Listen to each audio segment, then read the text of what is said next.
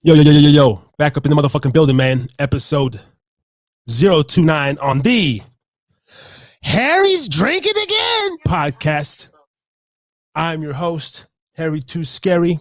Thank y'all for joining in. Let's get some music playing. We're going to start the show here very quickly. Yeah, nigga, what? That's right. No matter boy in the zone. know for sure. What's with Dover? I gotta put it down. Represent. Yeah, what? You don't give a fuck. That's why we come through. Haha, what? Homie, put it down. Cruising through Reno, Nevada, while we're smoking a blunt. People steady knocking their music till it rattles the trunk. The stench of chronic up Reno smells as loud as a skunk.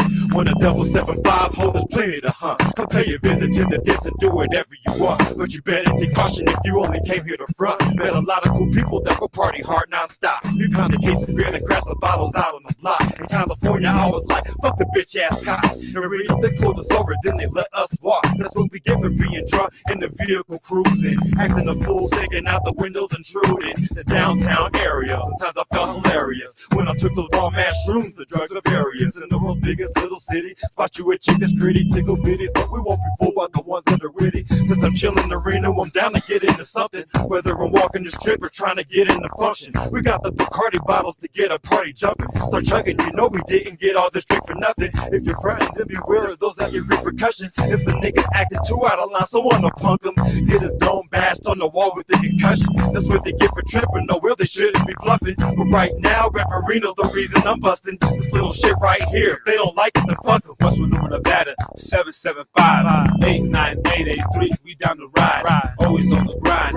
Love to get high. Rep up your town, man. Throw it to the sky. Bang that brown pride till the day you die. All the Mexicans, man, go ahead and strive. Reno, Nevada, 775-89509. We're down to ride. Never hard to find. Creeping in the night. Roaming through the desert. Just waiting to die.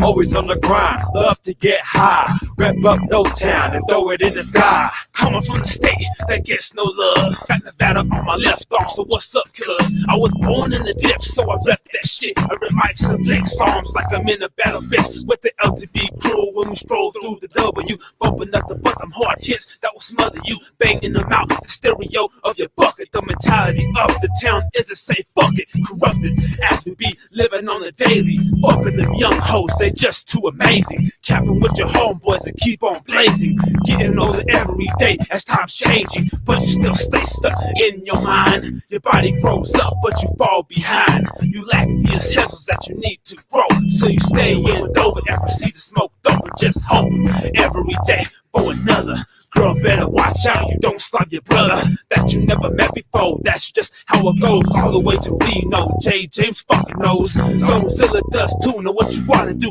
3 rapping devils from Nevada, boy, fuck you. Now back up on you with the smoothness, don't lose it. Nevada boy make you confused, bitch. When I change up my rap style in this game, growing up in Nevada, living many ways. Coming up in society, blazing Jane. Dropping out of school just for me to make a name. In this rap shit, I'm half black, bitch. I'm an Oreo who got bad habits. I like to smoke on that really green cabbage. In the desert, we never have bad bitch. That shit fucks you up and I can't take it. Westman, for lovers always wanna fake it.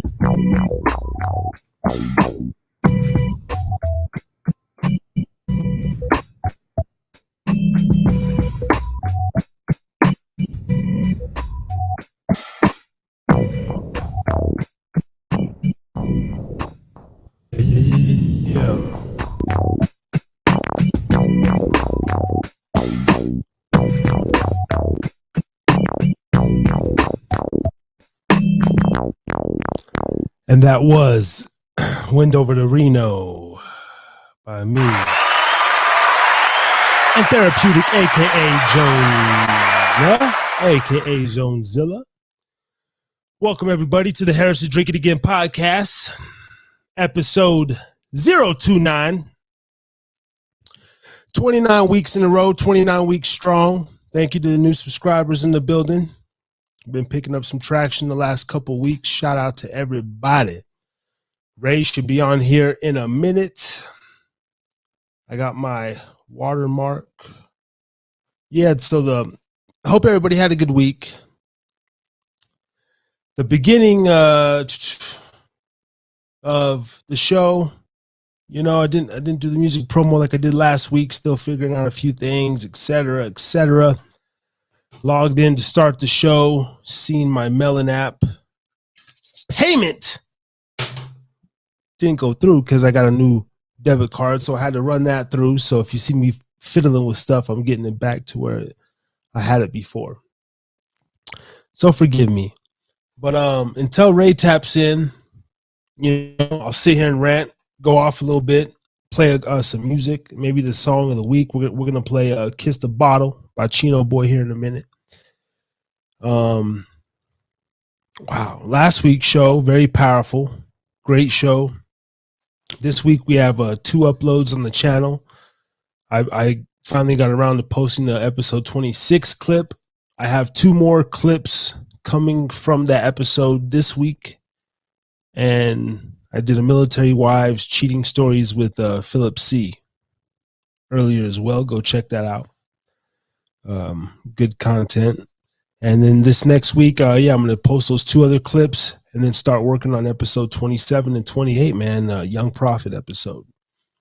If you haven't seen that yet, great young talented artist from Utah, Young Prophet. I know Ray wanted to bring up the little Trump getting raided stuff, so I threw that in the title tonight. I don't know nothing about that, of course. Don't know much about anything that's going on in the world. Again, I don't follow the news. I don't do that whole go with the masses, you know. I'm in my own lane, doing my own thing over here. Always been that way. But you know, when he comes on, we'll get into that a little bit, and I'm sure that'll spark some topics of myself and everything. Tonight, unofficially sponsored again by the Johnny Walker Black label.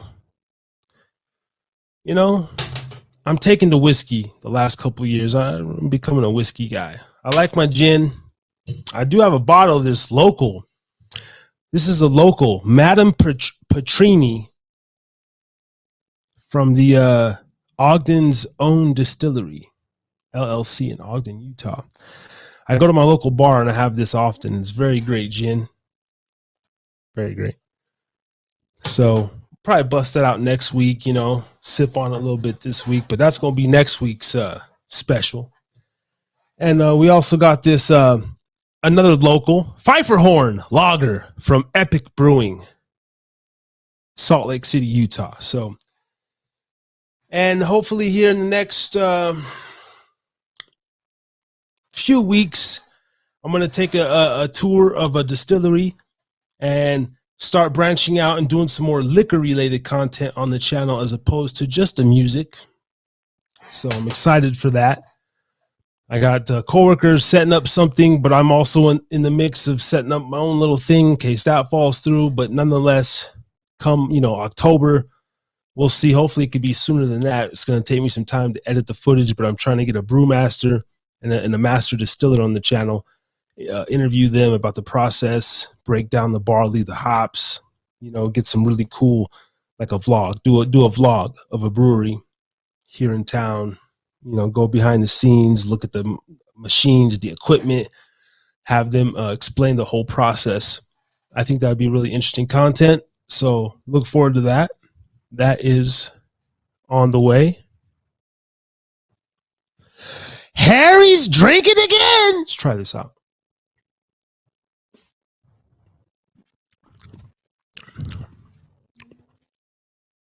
Okay. It's a lager. It's a little more maltier than most lagers. Not bad though. Smooth. Notes of citrus. Coriander. Barley and buckwheat. All right. Also, this week we don't have any guests lined up specifically but I did send the links out. Artists who got the links, you're more than welcome to tap in every single week. You already know. Last week, WiseXL, shout out to you. Free Change Media. Go check out his YouTube channel, Free Change Media.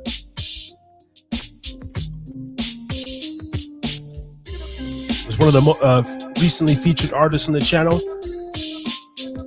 Ray has a buddy.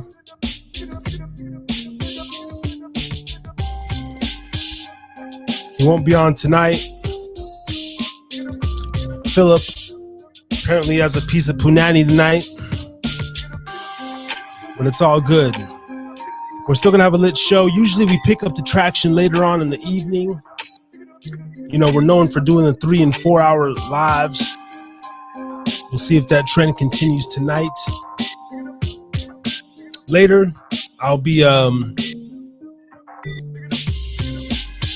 playing some footage that's yet to be published on the channel. I'm doing some behind the scenes stuff later.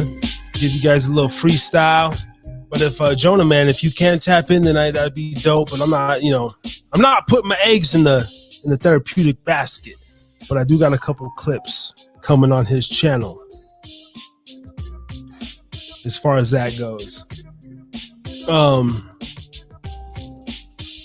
If Philip was going to come on, I was going to do a rant. You know, it's back to school, right?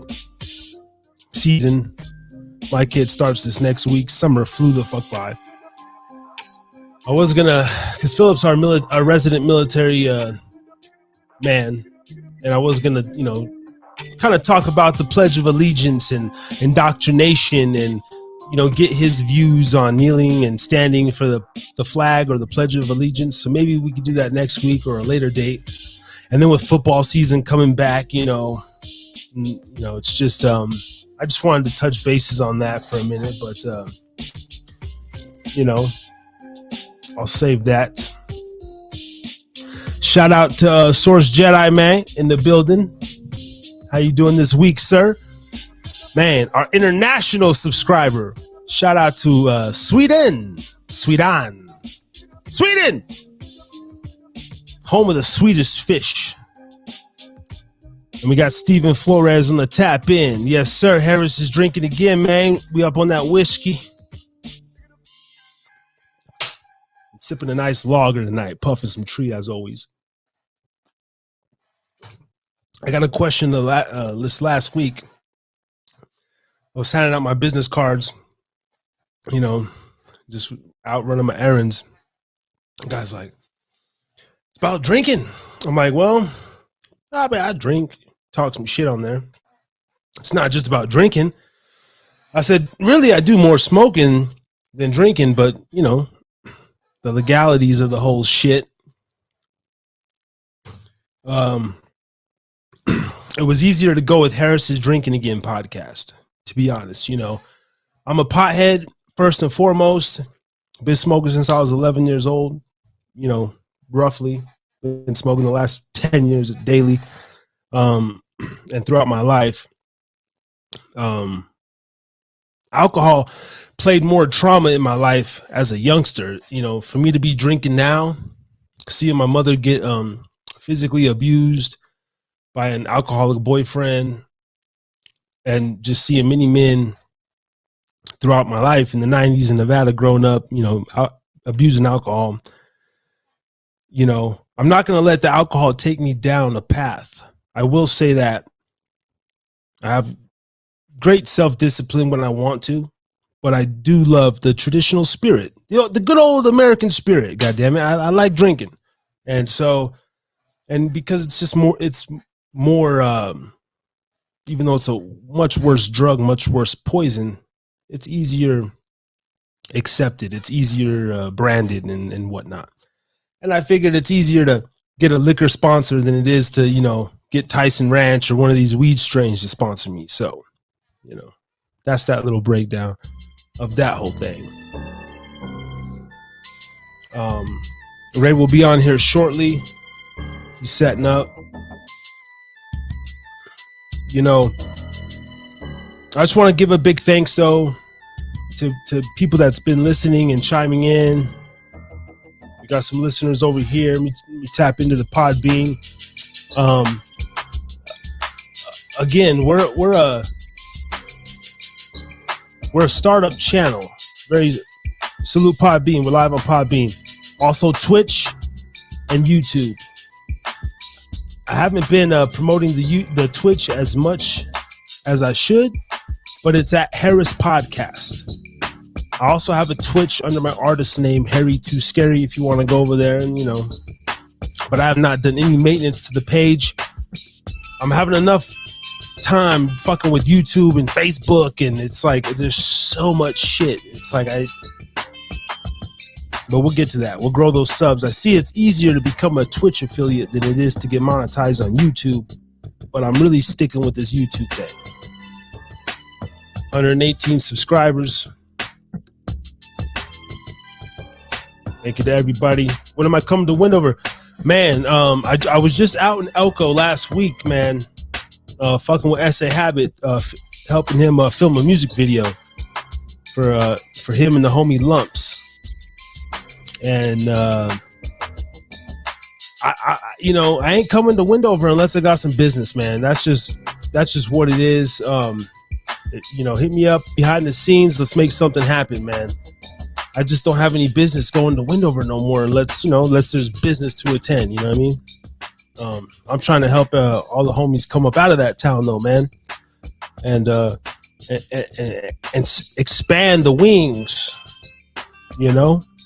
I know I come across a lot talking shit about Wendover, but I love Nevada and I love that town. But like I said in the interview, whatever one I did it needs a little more hope, man. Hopefully I can provide that. And I'd love to get you boys back on the channel. And my vision of doing the Harris is Drinking again live from Montego Bay this summer's obviously not going to happen. Maybe we'll look forward to the fall time or do some Christmas special for Montego Bay. You know what I mean? But I do have that in the works. But I'm here every week, man. So, you guys want to come on tonight, man, I'll send you the link. You know what I mean? That's what I'm like. We're here trying to build this thing up, man. Give artists a platform, whether it's a music artist, tattoo artist, any artist, poets.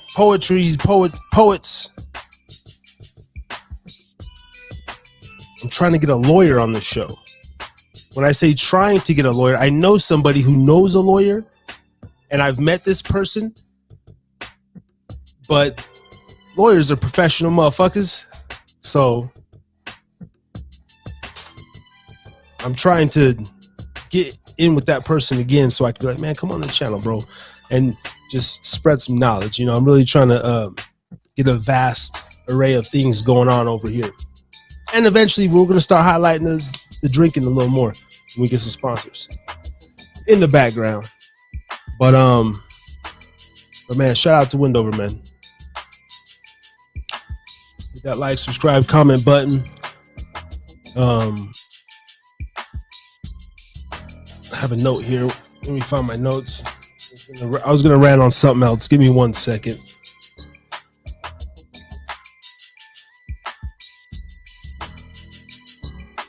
Oh, we're gonna wait till Ray comes on for this one. Okay. But even how I start the show now, right?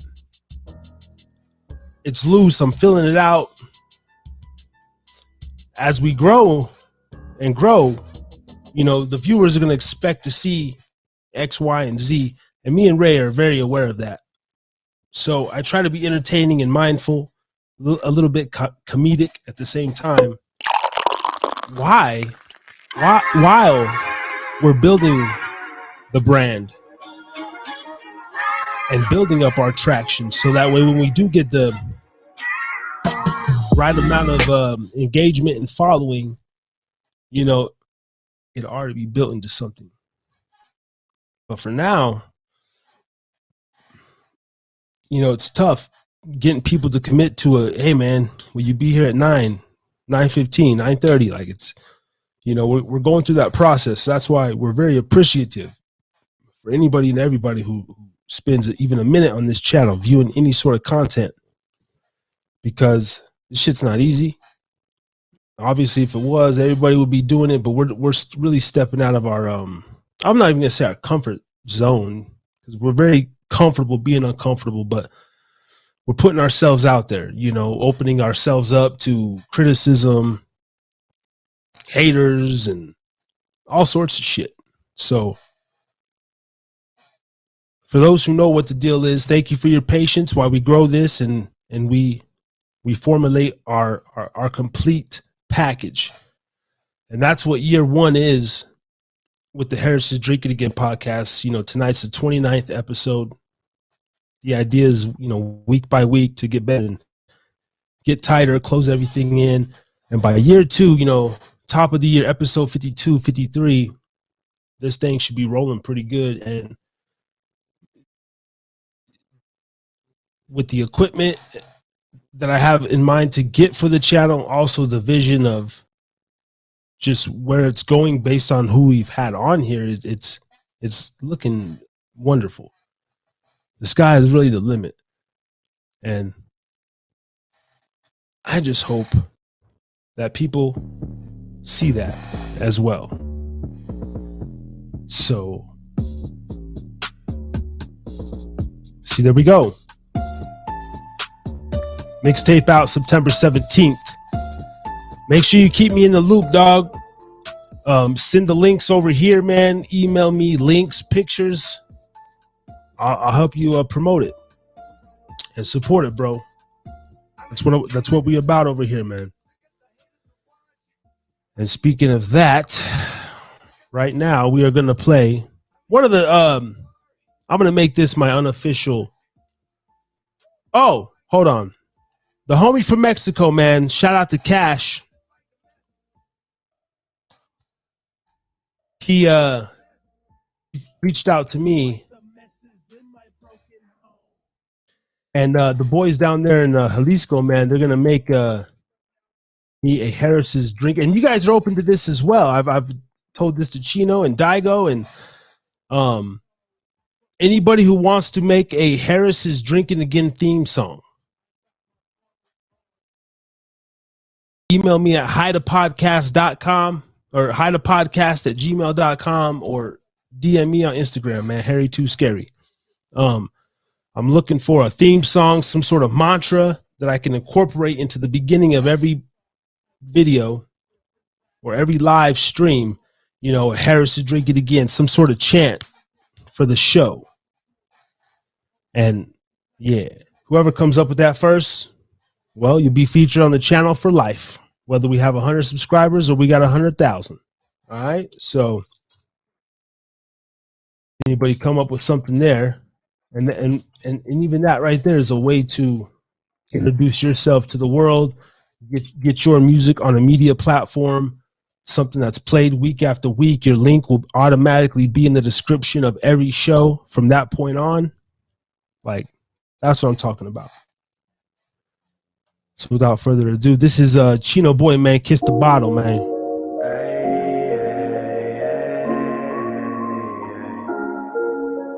I'm puffing on that.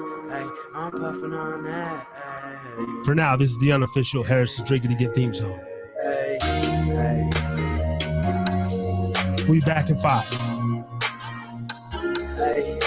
Yeah, I'm drinking, I'm smoking, I'm puffing on that pony.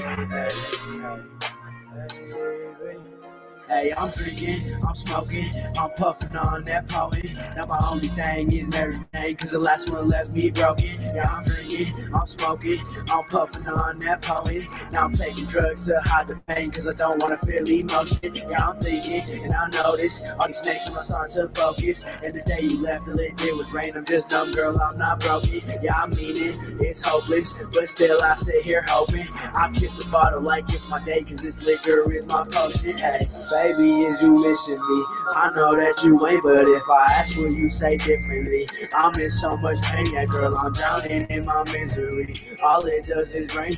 When you cry, it's like a symphony that echoes in my brain. No emotion when I smoke this tree. I'm numb like Novocaine, but it's just the way I'm coping, cause I'll never feel the same. But I'm trying to make the most of all the bullshit that is changed. I'm just drowning out my sorrows till they lay me in my grave. Hey, broken and smoking alone, wishing that you would come home. I just want real loyalty, so tired of being alone. No friends are calling my phone, and I give no time to these hoes. I just hide my feelings, cause I struggle at trying to stay strong. I'm drinking, I'm smoking, I'm puffing on that poet. Now my only thing is Mary Jane, cause the last one left me broken. Yeah, I'm drinking, I'm smoking, I'm puffing on that poet. Now I'm taking drugs to hide the pain, cause I don't wanna feel emotion. Yeah, I'm thinking, and I notice all these snakes when I start to focus. And the day you left, all it did was rain. I'm just numb, girl, I'm not broken. Yeah, I mean it, it's hopeless, but still I sit here hoping. I kiss the bottle like it's my day, cause this liquor is my potion. Hey, I'm from all these Percocets, I understand that you're upset. I've been popping them just to try and keep you out my head. Ever since the day you left, I can't even comprehend if your love was real or if it was all pretend. So I'm down in pills with alcohol, my vision's turning red. I've been drinking and I'm smoking, I've been bleeding in this bed. I don't know if I'm okay, someone help me off this ledge. And I don't think that love is real, it's all inside my head. So I'm drinking, I'm smoking, I'm puffing on that poly. Now my only thing is Mary Jane, cause the last one left me broken. Yeah, I'm drinking, I'm smoking, I'm puffing on that poly. Now I'm taking drugs to hide the pain, cause I don't wanna feel emotion. Yeah, I'm thinking, and I notice all these snakes when I start to focus. And the day you left, all it did was rain. I'm just numb, girl, I'm not broken. Yeah, I mean it, it's hopeless, but still I sit here hoping. I kiss the bottle like it's my day, cause this liquor is my potion. Hey. That was Kiss the Bottle by Chino Boy, man. Going dumb on that one. Man, go type in Chino Boy. All one word on YouTube, man. Give the young man a subscribe, man. 90 subscribers.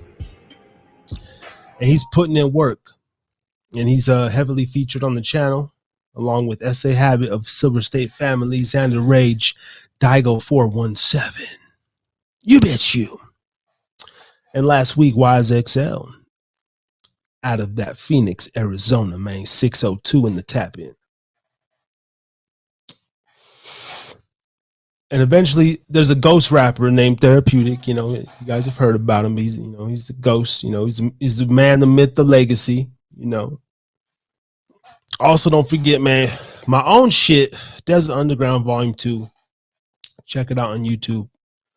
Type in Harry Too Scary or Desert Underground Volume 1 or 2. Anywhere. Google, Apple, Spotify. It comes up. It's out there. It's in the world. Got a couple of hits. A couple of hits out there. Underground Unknown Hits. Ray's coming on in a minute. I'm your host, Harry Too Scary, holding it down.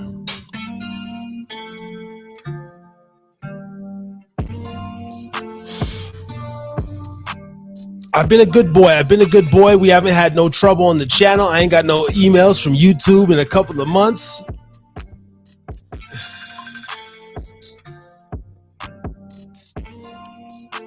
And there's Ray now interrupting the show. What's up, my brother?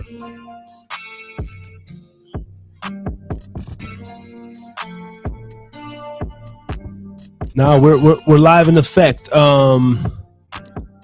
Yep. All right. You know, he's blind.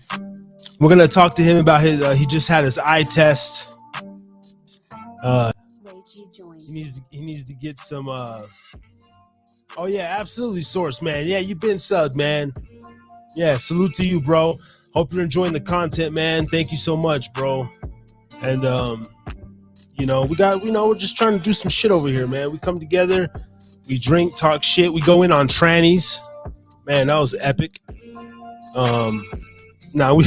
weren't even going in on nobody, man. We love everybody. We just talking shit, man. real people having real moments. Ray, you're blacked out. I can't see your screen, my brother. It's all right. Also, I've been saying this for a minute, right?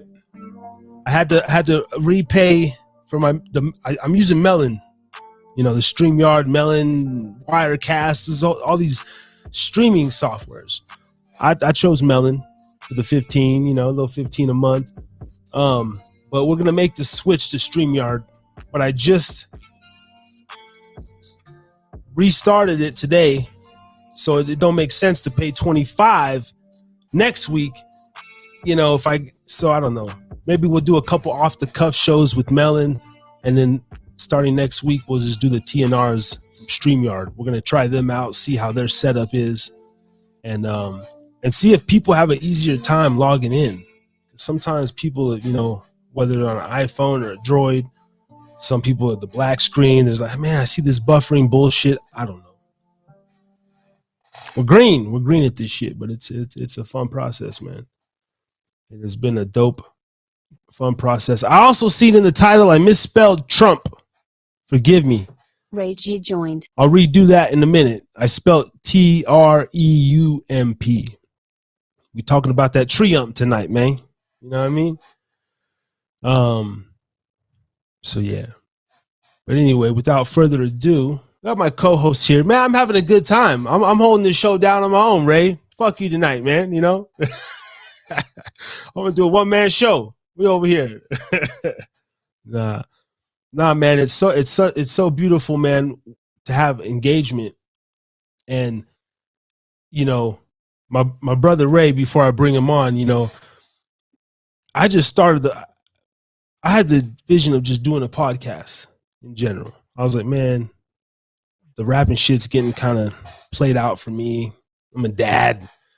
I'm nothing like the fucking guy I used to be, the young kid I used to be when I was Nevada boy. I'm something like him in little sinister ways, but so I was like, I had this vision of the podcast, but for someone like Ray to just, because we talk every day anyway, so for him to just naturally attach himself to the show, it's been beautiful, man. So I appreciate it, and it makes for good content, man. That trance didn't respect us, so he took LSD. Goddamn trances. Yes, sir.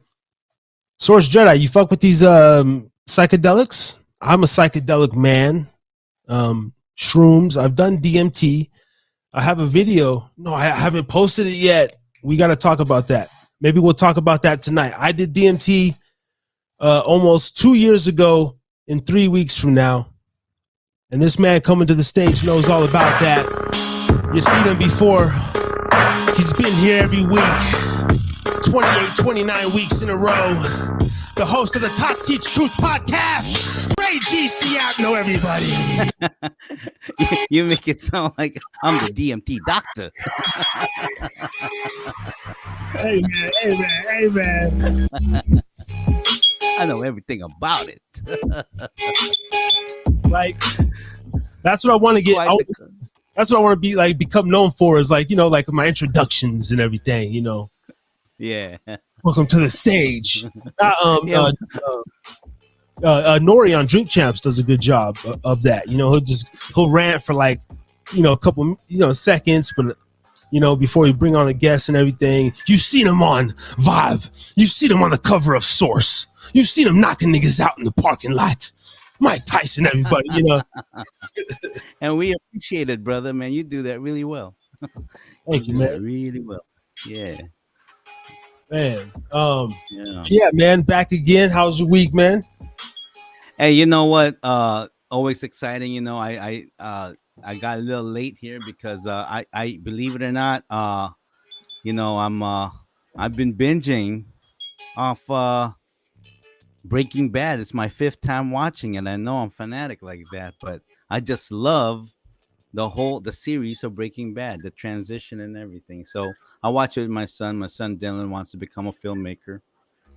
He has a script right now. Can I be? And, my I know Breaking Bad. It's an older TV show now. I know it was Yeah, pop. came out 2008. Oh damn. Okay, so 10 years ago. Yeah. One of the I've seen, I think I've seen like an episode or two. Just like Mm-hmm. I'm at someone's house and I'm seeing Right. it. Dude was in the trailer and like fucking with some Mexicans and then like doing some deal. But Yeah. me personally, right, being a man that Mm-hmm. smoked plenty of meth in his day. Yeah. Oh yeah, most of your content creators and hosts don't say shit like that. Yeah. I used to twist that pipe in the old tool shed. Yep. Yeah, I did Yes. that. But I have not watched the show because I Mm-hmm. think it would trigger me, bro. I think it would Yep. trigger me into doing some like because there's a way of they'll show the story, but at the same time, it's like you're kind of like bragging. It looks cool. It's fucking Hollywood. You're making it look cool, Yeah, it is. and It I, is. I just always I don't want to get that itch again, man. No, man. If it's gonna trigger you to think a place you don't want to go, I doubt Out it. You cooking shouldn't do. shit. You shouldn't go And there. I heard one episode where he cook up the blue shit. Now Yeah. let me see. Now tonight, maybe let's do this. Now that you're on the line, we can go into some more things. I held it down for 30 minutes by myself. Thank you for everybody. We had some good The traction too, plan. man. That's the plan. I see as many as 8 people up in the live at one point. So Nice. you got on now. It's I down see to we 5. have our boy Source Jedi, Sources in the building, man. Steve Monroe tapped in as well. Steve Monroe. Yeah. You Yeah. know? But Source is rocking with us. But so anyway, I smoked we used to call it the blue Smurf. Mm. Okay. You put it in the pipe, it cracks back, the crack back. You know what I mean? Like, you get the shit that just crack back like white, everything, but you hold that shit up, man, to motherfucking light there, boy, and goddamn, that shit blue, boy. And I had some shit that was pink. Blue. I had no dead ass, bro. I had some pink and some purple shit before, bro. Like, Damn. like when you smoke, it just like gets all dirty. I'm talking about this shit cracked back, homie, and there's like a fucking like a line, like a purple fluorescent. Right. Talk about pure shit, boy. Woo! So that's why I stayed away from that TV show, goddamn. Yeah. No, I didn't watch it for a long time because I'm against meth. That's the devil's drug. I'm against that shit, man. Indeed. I mean, to all the places I've ever lived, I lived in Vallejo, California, became a meth city. Lived in Alameda, California, became a meth capital. Lived in Reno, more meth.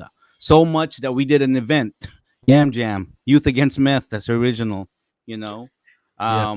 And then so I didn't watch Breaking Bad. I had no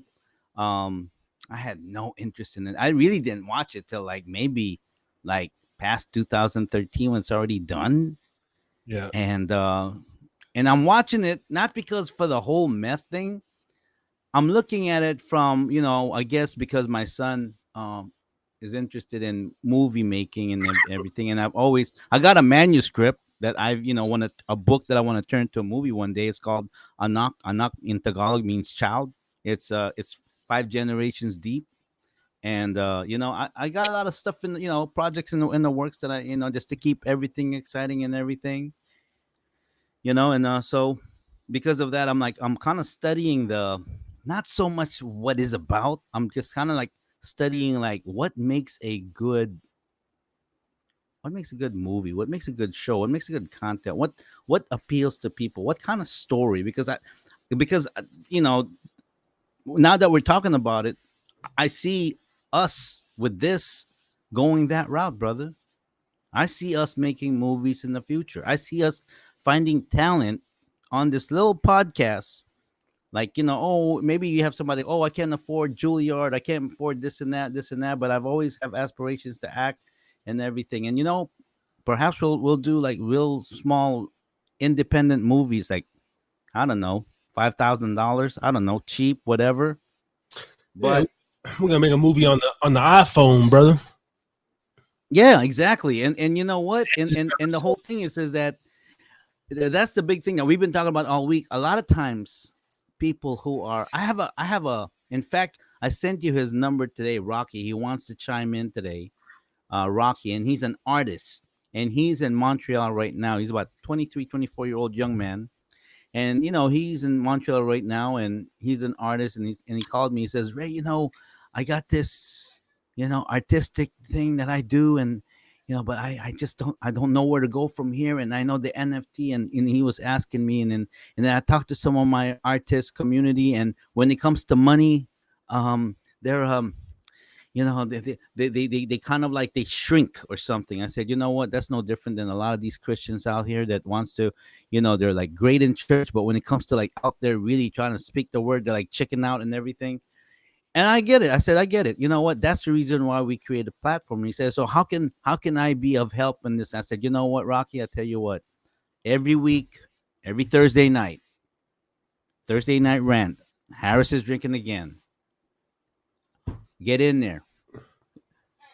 I'll give you the email. Send in your content, whatever artwork, art file that you may have. We'll even give you a time to speak your dream, your passion, your art, whatever. This is what we're willing to give people out. We are so in dire need of looking for new creatives out there. So if you have a dream of becoming an artist, whatever, a singer, a writer, a poet, a script writer, an actor, a musician, whatever, man, come chat. Come be on our show. Come fuck with us, man. What do you say to that? I say you're spot on. I touched on that earlier in the, it may sound like we're beating a dead horse, but at the same time, we kind of got to. We got to. You have to. Got to cement that in. And like I tell other people, though, I'm just here. Like I'm going to do this regardless because I truly feel, and I'm not even a spiritual man. I'm a spiritual, but I'm not a godly man. But I'll even go as far as to say I feel moved. I feel possessed by the Well, I want to talk to them about your beginnings. Like when I met you, you got two options. When I met you when you were still a young man, a teenager, you had two options. You have to play basketball and to do music, your art. And you're 6'2", 6'3", good size. I fucking sucked in school, so I just knew quick that, man, this academic shit ain't gonna fly. And and I just couldn't make it through high school, so college wasn't a. No, our school system period sucks, man. And it doesn't work. I had some talent, boy. I had some goddamn talent, but I didn't have the blue chip talent where they were just gonna, scratch off my grades and let me play. But right. But in other words, I mean, you could have pursued that, but instead when you transition it, and then run us through the times when you were like, is this really what I do? Can I really do this? Can I, and all the doubts that you have, all the fears that you have, run us through that because you went through that. Well, I don't. Early on, when you first met me, I was about 18, pushing 19, like in limbo. Probably 2 years dropped out of high school. Did you ever record anything before that? Have you ever recorded anything in music before that? No, it's just funny because before I met you, though, the journey had begun a few months prior, just on the and I have it somewhere. I'm gonna have to dig this motherfucker up. What, on the MySpace? You had a MySpace, or you started the opening? I don't even know the equipment. Would have to, after the 12 o'clock hour, we might have to go down the Google rabbit hole and look up like 2004 recording equipment, because it wasn't Pro Tools. I'm talking about, I went to Fruity Loops, and not even that, bro. And it wasn't even a Walmart, bro. I remember going to a Shopco in Reno. This is how OG Reno, Nevada I am, bro. Shopco on, it's either Plum or Moana. Mm-hmm. Used to be over there. Boom. And I bought some recording, I had some PC modem. It was built, don't know, whatever. It was just a computer. And I bought this software. and I had started the writing process. I'd recorded music on that. But yeah, before I Mm-hmm. met you, no, the whole studio and journey began with Quester and everybody.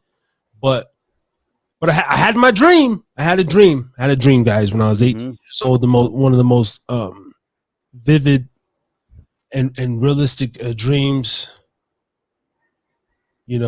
Also, Mm-hmm. yeah, and I don't know what that was about. And it was funny. But what amazed me about you though is that when I'm sorry, I didn't mean to interrupt. I'll let you continue on, but I want to let the people out there. What amazed me about Harris is this: when I introduced him to some of the people that I discovered in Reno, they were way ahead. They were older. He was like the baby. Everyone was like 24, 25. Everybody is hitting their artistic, like I would say, somewhat apex. When you're 25 years old, whether you're male or female, that's when you hit your mind is just on a different level. So this man right here was 18. Everyone around him was maybe 2, maybe 3 years older than him, at the maybe more. But what impressed me was that when we first got on the studio, not really having a lot of studio experience compared to his cohorts that had, a lot of them were like from California. He got on the studio like from the get go, no qualms, no fear, no nothing. Lead, bap, bap, bap, bap. And then, so, we recorded, the industry, like bitches, all the other, so secluded, all of those stuff, just almost like, to me, what impressed me was that it was almost like you were like, I don't give a fuck, I'm ready. So what if I stumble? I'll figure it out. Yeah. Well, and that's why That- that's why I talk about. I don't know if it's like if I was a Christian, I would say, because it ain't me. I'm living through God, right? I'm living through but whatever it is, like I have this thing. If I want to do something, I know I can do it. It's just sometimes my brain get in the way too. Well, a lot of times it's just taking that first step. I mean, we fucking are so damn afraid of that first step. Don't you understand? If there's a hole there, whether you're gonna do it now or later, you're gonna fall into that hole. That's just the way it is. That's called life. So you're gonna fuck up no matter what along the way. My suggestion is this: get to that fuck up right now. Get to that. Fail forward fast. Get it over. Get it out of the way now, because it's gonna come and chase you later on, to where it's gonna be like, oh, okay, that's just part of the game. Okay, there's holes on the path. Okay, and sometimes sometimes I'll fall into the hole. Sometimes I kind of like almost fell into the hole. Sometimes I'll get tripped up on the hole. But the fact of this is this: that pathway with all the holes in it, I'm just gonna run through it and everything, no matter what. And that's what you did, my friend. That's what you did. So you earned that. Because you talk about big balls, freaking guts. You talk about faith. That's okay. You talk, I don't believe in God, I don't believe in Jesus, and all that stuff. What you did, brother, man, it's what more people that so-called, I have faith in Jesus Christ and everything. You have done more of that. You've actually walked on faith to get what you need to, all because that's what you want to do. And that's what we're trying to let people know. And even the creation of this show, like, no matter what the music did back then, and I call it hiatus, just life. When I'd always be rapping, I'm always writing, no matter what. But even with this podcast, man, we're just going. Like I said, man, I'm appreciative to you if you didn't show up tonight. I mean, I didn't even have you. I think in the mind frame I'm in, I'd still be like just right here, just for the last 7 months, whether I'm here or not here. Yeah, absolutely. And just seeing what man formulates out of that. Like any situation, something's gonna come out of it. You know what I mean? One door closes, a window opens, or whatever that. excuse me. But so I got a little bit of faith in just I guess myself, man, and just really just trying shit. You know what I mean? Let's really talk down and dirty here. Let's freaking punch some balls here, okay? Let's talk about like what causes people to stop whatever it is that they dream about? What? Let's name maybe 3 or 4, whatever. What causes people to stop? Marriage, wife, kids, family, like just those off the top. Okay, so let's say for instance you're still young, you don't have that. You're like maybe 21, 22, 23. So you're young, 18, 19. You know what? I really think what a lot of people say, other than marriage and all that, because some people don't even think of marriage, whatever. I think money. That's the biggest fucking problem, because we think that we are such slave mentality people that we think that every single fucking thing that we do in this life, we need to get paid for. Well, I tell you what, you are gonna get paid for the things that you don't like, such as maybe a job or something like that. But you have to do it because you got to pay bills. But when you're doing something that you truly, truly love, be real with yourself. Expect that to get paid right away. Like a comedian or an actor, or like they're gonna go hungry. They're gonna sleep in their car. They're gonna Go up there. save up whatever. How they talk about Steal crackers whatsoever. eat shit night after night. Yeah. No, we Yeah.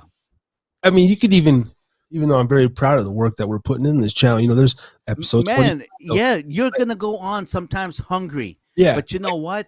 Like episode 25 would be our definitely like we ate shit that episode. Oh my god. Like if y'all want to go just look at two losers who don't know how to do a podcast and just watch episode 25. But we learn from that. It's all about your energy. It's all about energy. It's all about expect this. When you do your own shit, ain't nobody gonna clap for you. Expect that. Ain't nobody gonna cheer you on. No one's gonna pat you on the back. In fact, you'll probably hear oh, you're still doing that shit. You ain't going nowhere. Or the shit I hate to hear. Oh, you're making money on that? No, I'm not a fucking hoe, motherfucker. I'm a craftsman. I am investing myself. I'm putting the time in to get better at my craft, motherfucker. Like you only fucking do anything when you're being paid like a fucking hoe. Like a fucking hoe. You'll fuck anybody just to get money. That's sorry way of living, man. I know. Oh, I got this, I got that. After a while, you realize in life, material shit don't really happen. It doesn't matter. You know what matters? This. The fact that you can talk and communicate and share your dreams, and maybe people that is listening to this show is getting inspired. Maybe someone who's going through maybe a hard drug addiction right now would hear me and Harris and say, fuck, man, I don't know what it is, but I want to quit this shit. I'm tired of it. Maybe someone will quit because of this show. The alternative, though, too, if we had, I get what your rant on money is, too, but man, sometimes you go too hard on money, man. We need money, man. Fuck. Yeah, we do need money. Man. But what I'm saying is this. God damn it. But don't let the money be the stopper. That's what I'm saying. We need money. I'm not saying we don't. But we need money, absolutely. But we can stop more kids from doing drugs. Man, that would be the dream come true. true. If you're struggling, call the drug addiction hotline. Good example, like this young man, Rocky, right? He's in Montreal right now. He's very good artist and everything. He was talking to me. I first of all, I text Rocky and he's not coming on tonight. Well, he's in Montreal, so he's maybe 6 hours ahead of you, whatever. But if he comes on, he probably won't come on till later on. Yeah, he won't be on. So probably next week or something. If something like that. If he's on, he's on. That's another thing too. It's you know what? A lot of people have broken hearts, have broken our hearts, and I'm going to be there, and they're not there. You know what? Fuck that. You're serious about your craft. You're serious about your art. Chime in every Thursday. You know where we are. That's when true. Fuck, man, this week got me. Got me on. I'm in the CBD. That's when a true freestyler come in, man. Because I noticed I could freestyle a show, off the cuff. We just rant. Hey man, what's the topic? I don't know, man. I'll let you know in 5 minutes till, motherfucker. Shit. We just freestyling the music real time. Freestyling the content anyway. Just yeah. But so I want to say is that just because you don't have a lot of money right now, If you're say if you're a writer, if you don't have any money and you're hungry, guess what? Open up your notebook and fucking write. If you're an artist and you draw, freaking and you got no money, you know what? You open up your sketchbook and you fucking draw. If you want to be a comedian, you go over there, you go some type of whatever, open mic, whatever, and get booed out the stage. Get used to that shit. And then you get better and better and better. I don't know how that is, but that's just how life works. Yeah. So yeah, I think that's what a lot of people and then after that could be relationship too. Like it could be like you could be like you said, relationship, like you could be like you're in the middle of your craft, you're learning, you're starting to like, get traction, you're starting to get better in your writing, and all of a sudden you have somebody that goes to you like this, like, oh yeah, are you making any money yet? Well, You getting paid of doing your art shit? Your No, trumped up dreams? absolutely, man. You know how it is. Like even like you said last week, like motherfucker get a little girlfriend, a little in-house pussy, and he let himself go or something. But okay, what about the Oh reverse man. though? I would say the money, yes. But let's say you're a young guy, the old guy, after 30, right? Yeah, Definitely, sure. you got a family, like, that's the money because you got. Oh, I got kids. I got that. I gotta go to work. I gotta make. So you're super stressed out. But let's say because when I was young, I didn't like money to me. Like now, I really care about money, bro. Now I really understand, and I'll be mad because I understand how to actually save money. I understand how to grow fucking money.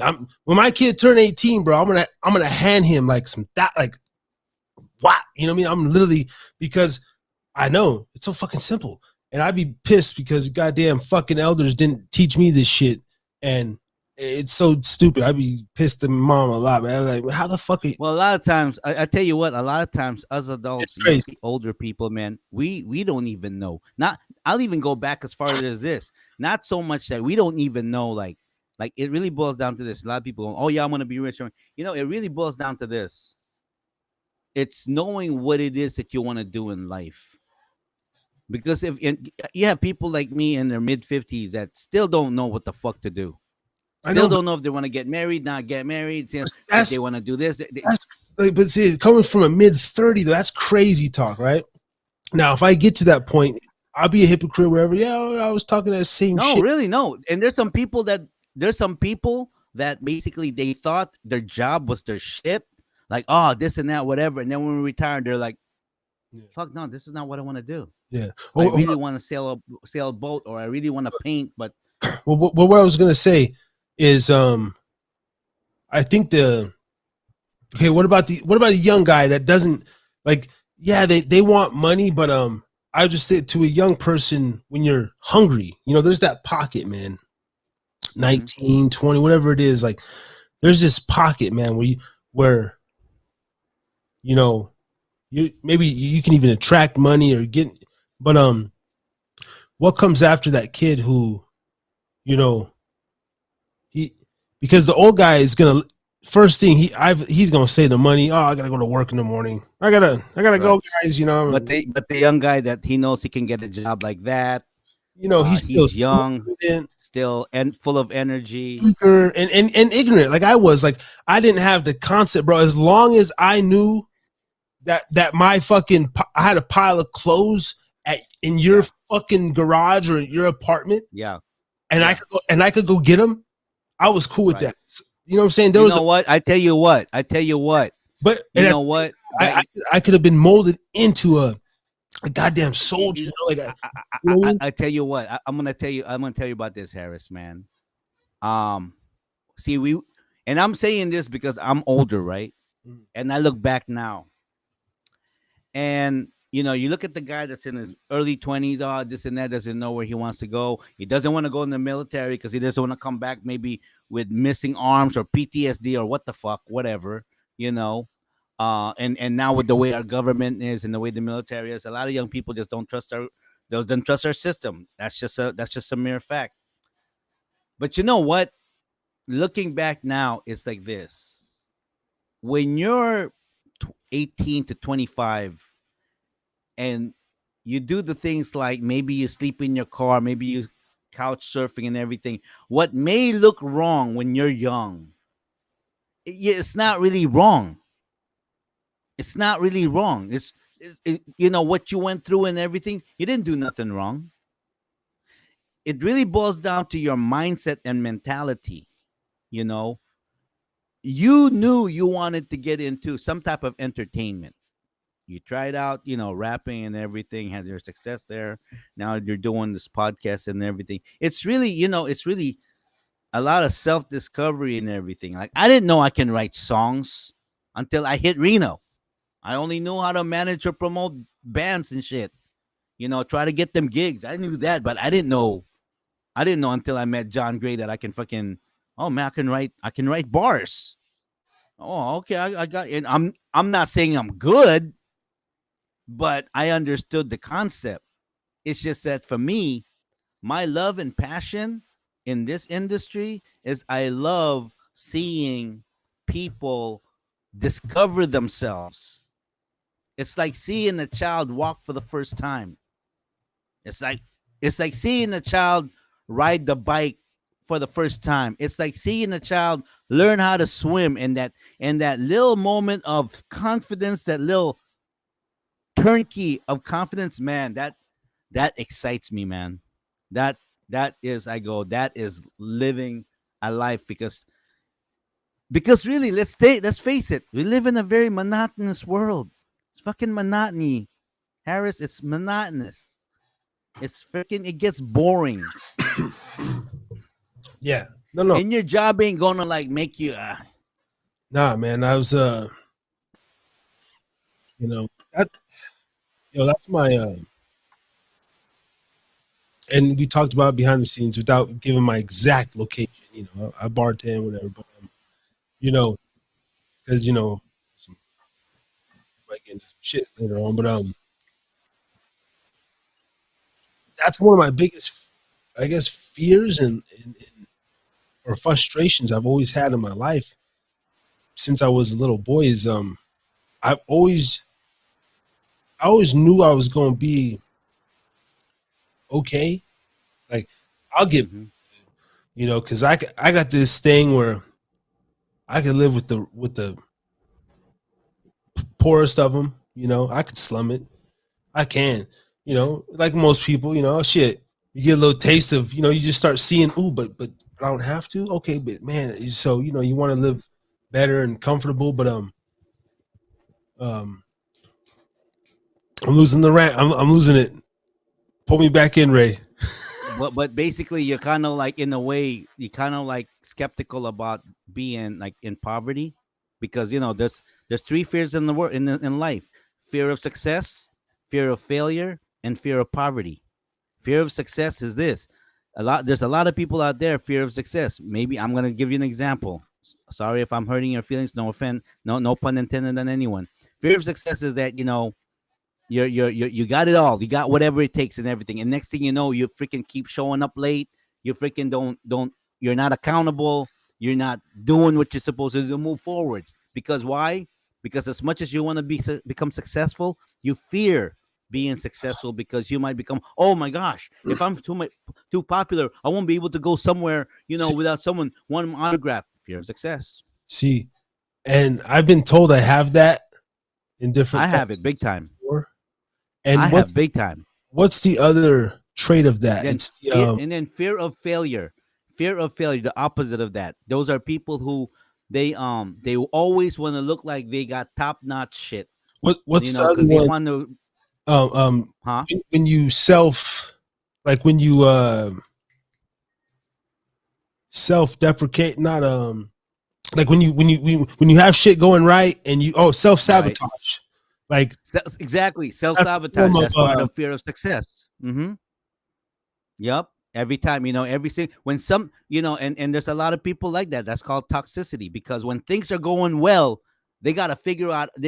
I had a cousin one time, right? And she got a good job and this and that, and she's beautiful and everything. And then she was like, I was going, what's wrong, cuz? Well, why you look so worried? Oh, I just got problems. I said, what kind of problems? I don't know.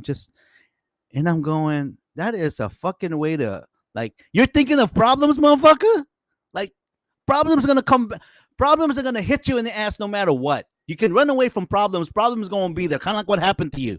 Like, someone's fucking motherfucking box fell off someone's car and hit your bumper, and then you're driving around scraping your bumper. Shit's gonna happen in life, and you can't do it. It wasn't your fault. It wasn't their fault. It's just circumstances. Shit like that happens. And then, like you said, if it's not one thing, it's another. That's life, So fear of success are people that kind of toxic because they can do a lot, and then they self-denigrate themselves. And then you have the fear of failure. Those are ones that, I gotta make sure I got the best looking car, I got the nice fits, but they're broke as fuck because they don't wanna show the world like how bad they got it. And then fear of poverty. Fear of poverty is like you're so afraid of becoming homeless. You're so afraid of not having things. You're so that you'll do anything. Like you'll freaking prostitute yourself. You'll steal. You'll hurt a lot of people. And that's what it is. So, oh fuck, man, you froze. We want to blame.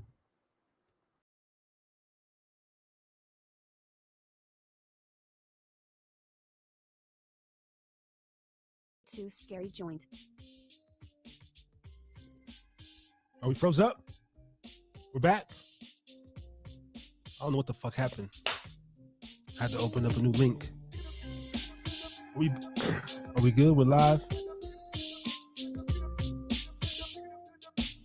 Ray G joined. There we go. I don't know. It froze, so I had to refresh Well, that. I don't know how much of that you caught, but no, I caught everything. Everything goes on my end. It's just, but we are experiencing some stormy weather. We got some rain. We got some thunderstorms tonight and tomorrow. And we have about 68 overnight in Midvale. We have 72 for the low in Sunnyside. And around. You want to know the temperature in Hawaii? August. 85 degrees, brother. 85 degrees. 85 degrees. Near 85. Ocho cinco. Hawaii. And then Ocho cinco. Drinking again weather forecast. Now back to you guys in the studio. 85 degrees. Woo! Yo, man, I want to get Yeah. that. I want to get that shit like that, dog. I want to get my shit like that, dog. Like real shit, man. Cut. Now to the weather. Yo, and we got a goddamn seriously, man. If we need comedians, like I want that. I want to show. I want to cut like mid rant. Get the little screech sound. Now to the weather. And here's the Drinkin forecast. Like good. and then maybe based on the people that call, leave your area code or some shit. How people leave their area code. Yeah. Area code, and then But like we'll be like put your weather like put your temp up. the weather. Yeah. What's the temperature over there? Cool and moist in Milwaukee. What the weather like? Yeah, no, that's good, man. A weather segment and then and thank you. Now back to you guys. Boom. Yeah, you know what? Let's ask Source Jedi, man. What's the temperature in Stockholm, Sweden? What is the temperature in Stockholm? Let me see. It's 43 degrees, freezing your balls off over there. I don't know. In the summer, maybe. Let me see. No. Let's see. What do you think? 55, 60?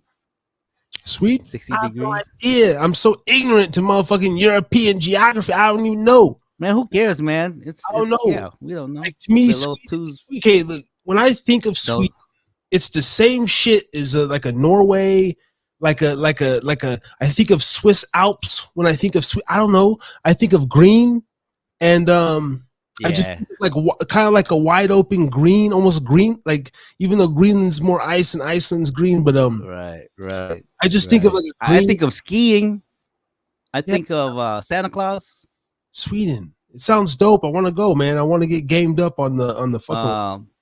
You think like Sweden must have a lot of white people, man? Well, yeah, white people. Yeah, just like mostly, but like, dude, hey, if you're out there, man, excuse me. to my, I'm sorry, I'm coughing on the goddamn mic, man. Sometimes the motherfucking, I'm drinking water and shit too.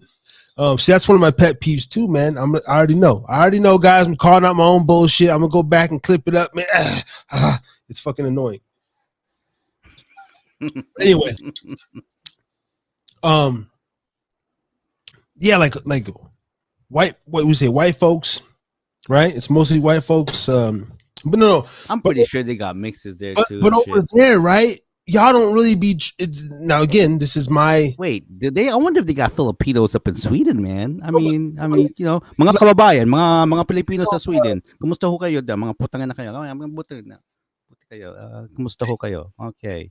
I don't like y'all don't be tripping on that actual black and white though. Do you like if you're Sweden, you like you guys actually like the fucking Brits and the Polish and like. Nah, I think over there they're more free. They're like, you know, I don't think they have any preference. They fuck anybody over there. No, I'm not talking about. Don't have any racial whatsoever. I'm not talking about fucking. I'm talking about like the terminology.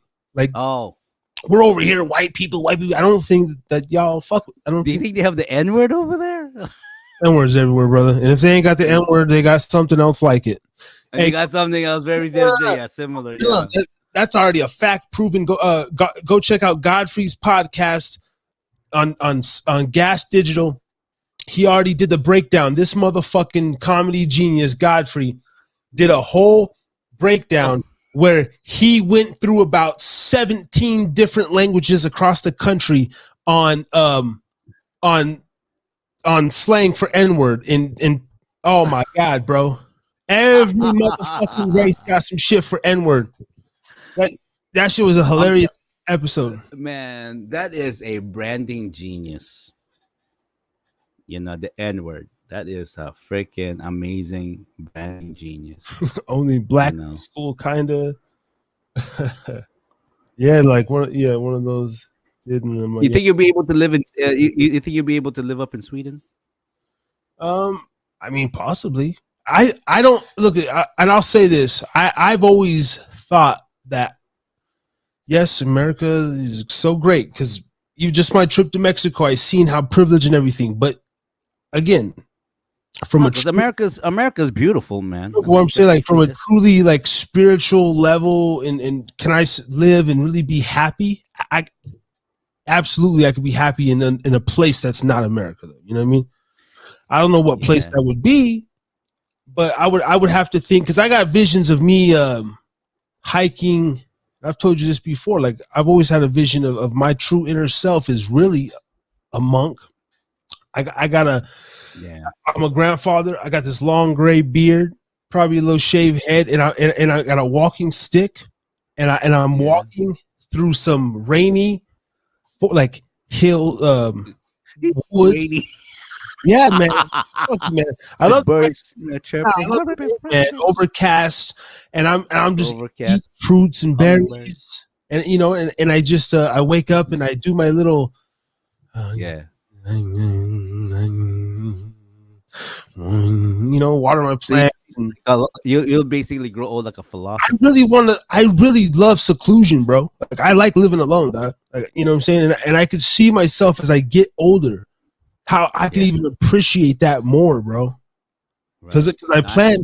There's a certain discipline that you have when you're fucking alone, man. It's just you. I can see you and you visiting me, like no fucking TV, no nothing, right? No TV whatsoever. Well, see, that's what. And we come in, and then and then we drink my natural purified water. Tastes so sweet, so nice. And then of course, I'm offering you some herbal tea. And then, of course, with that, we go into my, and I roll up the fattest freaking joint. You and I will share, like our strain, and freaking smoke that shit and hotbox the motherfucking place, and just laugh. And then, of course, in our place, we always have a. See, that's just regular shit though, you know. And look, I don't even fuck with the TV like that now though. You know what I mean?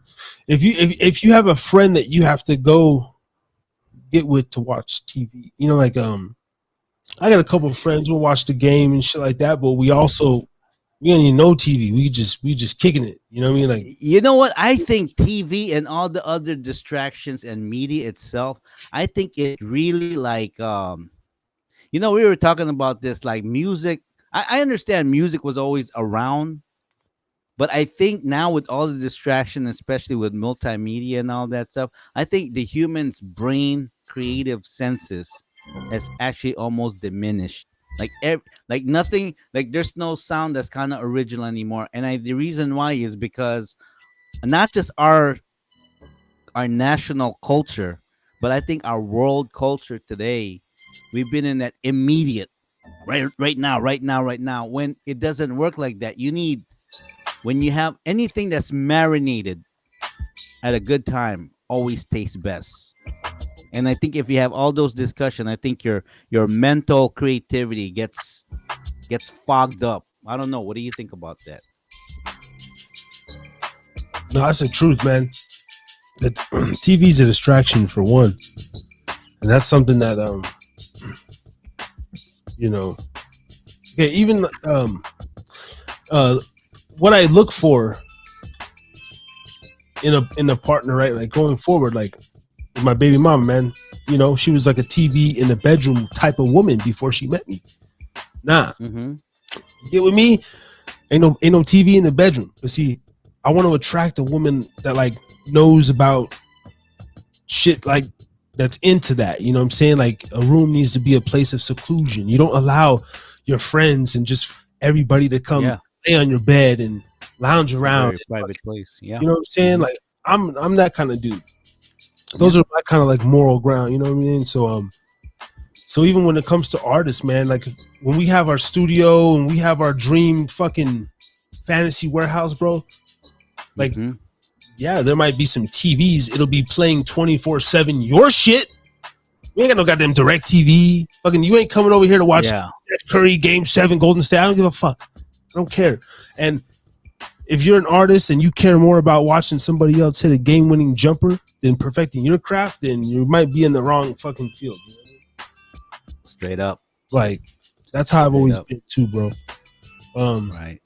One of the reasons why I go so hard against mainstream sports now, and I think I'm actually going to start going harder, man. I know early on, playoffs, I try to throw some shit. I don't give a fuck about sports, and I got so much shit. I could do a whole show just on that, and Mhm. the realities Mm-hmm. that my opinions that I think are be, and just and even with this hip hop, man. That's why I'm not going to do a lot of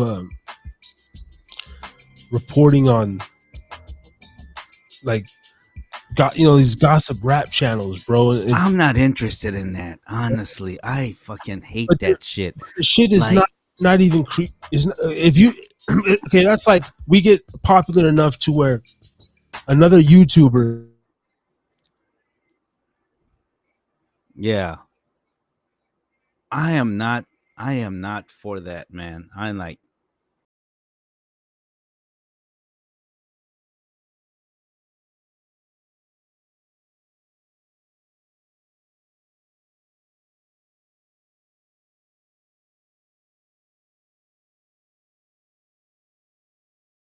Reggie joined. yeah yeah, no, yeah, no. I'm feeling you, man. Because to me, I really don't care about the artist's personal life because we all. That's a very sensitive topic. What I am interested in is this: the motivation of the art behind the art that the artist created. Like what incentivized you or what inspired you or what's the story behind. And then if they want to tell me their personal shit that goes behind the art that they created, okay. But other than that, I don't give a flying fuck how many times you've been married. I don't care who you slept with. I don't care who's sleeping with who. I don't care. I don't give a flying fuck. I respect you as a person first, and your life is your life. I'm only interested in your craft, in your gift. That's it. Other than that, I'm not interested in that. Like you said, Harris, you're not interested in the drama. I'm not. Me neither. I don't give a fuck. No, okay, but look, and because I do scour the YouTube, like I still, again, I watch shit that I don't necessarily like. You know, I could watch it, but my takeaway from it is like, bro, some of these cats is like proud of their channel, or one dude particularly, don't even know him, got just one of these YouTubers like talks about you know, academics and whack 100 and just all that just whatever shit is going on in like the hip hop YouTube world or whatever. What's that shit? Clubhouse or whatever. Like that kind of rap lane. But all he doing is taking someone else's content, but he's sitting in front of he got a little green screen playing their shit, but he got the nerve to like sit in front of it and narrate what he thinks of, you know, and but content like that, hey, so, you know, cool, like that's what's up. He's making it work. But I look at that like, I'm like, bro, you're not doing nothing creative. You still got all these thousands of fucking subscribers, all this bullshit. Maybe he's monetized, maybe not, because I don't know if you could take, there's a certain level of to other people's stuff you could take and make it your own. But I'm happy. We are completely 100% authentic over here, and completely our own narrative. I mean, we're not bought by anyone.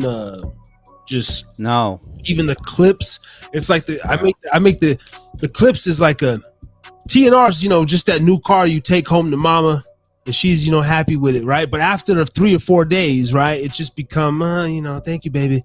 But then, you know, you after the 4th day, you know, you polish the car for mom and you take it to the shop and detail it. And then the clip is that. The clip is, you know, the little, okay, you know, oh, you ain't satisfied? Let me go polish this up, wash it real nice again. Remember, boom. That's that. Right. That's my clip. So, and then when I'm watching those back to see, you know, the little scale and traction that we got, man, and a few people that appreciate it, I see that growing and multiplying, you know. But truly, no bitten shit. We ain't doing no bit, nothing, you know, nothing. No, we want to remain transparent. I mean, the strength of our show is that, you know what, we're not going to claim we're an expert in something we're not, but you know, and go ahead. No, I was gonna say, and I'm far from. No, we talk about this like our strength is the fact of just being who we are. Yeah, I mostly deprecate myself. I mostly, you know, people tell me I need to stop talking so bad about myself. So that's when I'll if I go in on somebody else, I don't even. I'm like, what? Like, I don't even. You know what I'm saying? I'm from that cloth of where. Well, you know, remember you said like one day you were talking to me, oh, what's up? You know, that's low energy and everything. And this is just my little piece of, you know, suggestion. I'm learning that, you know, of course, you know, you're hard on yourself. Like I'm hard on myself because in a way, not a perfectionist, but we want to do things the right way and systematically. So we're going to be our worst critic, right? Harry's drinking again. But on the other side of that too is that a portion of that I agree that shouldn't be that way towards us, because I do believe in what we say, especially of ourselves. Subconsciously that affects us. Yeah. Subconsciously that affects us. You know, like so that's why you know. That's why I listen to that also. See, I'm so open-minded, Ray. And for the people listening that don't know, that haven't heard my actual philosophy on things yet. But I'm so open-minded that I'm aware of that, man. Like, there's a part of me that's like, the words are just words and everything. But then I really fuck with the other side, you know? Or even the people. You know, too, because you're coming in here. Like, we're starting a show. Majority of the people that has a podcast right now, like, I'll give you an example.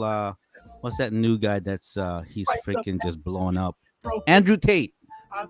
Like Andrew Tate. You know, I'm just gonna use them an example. Nothing against you, Andrew. You're man. I listen to you, man, bro. You're freaking top notch. Okay, props to you. But for him, he got on.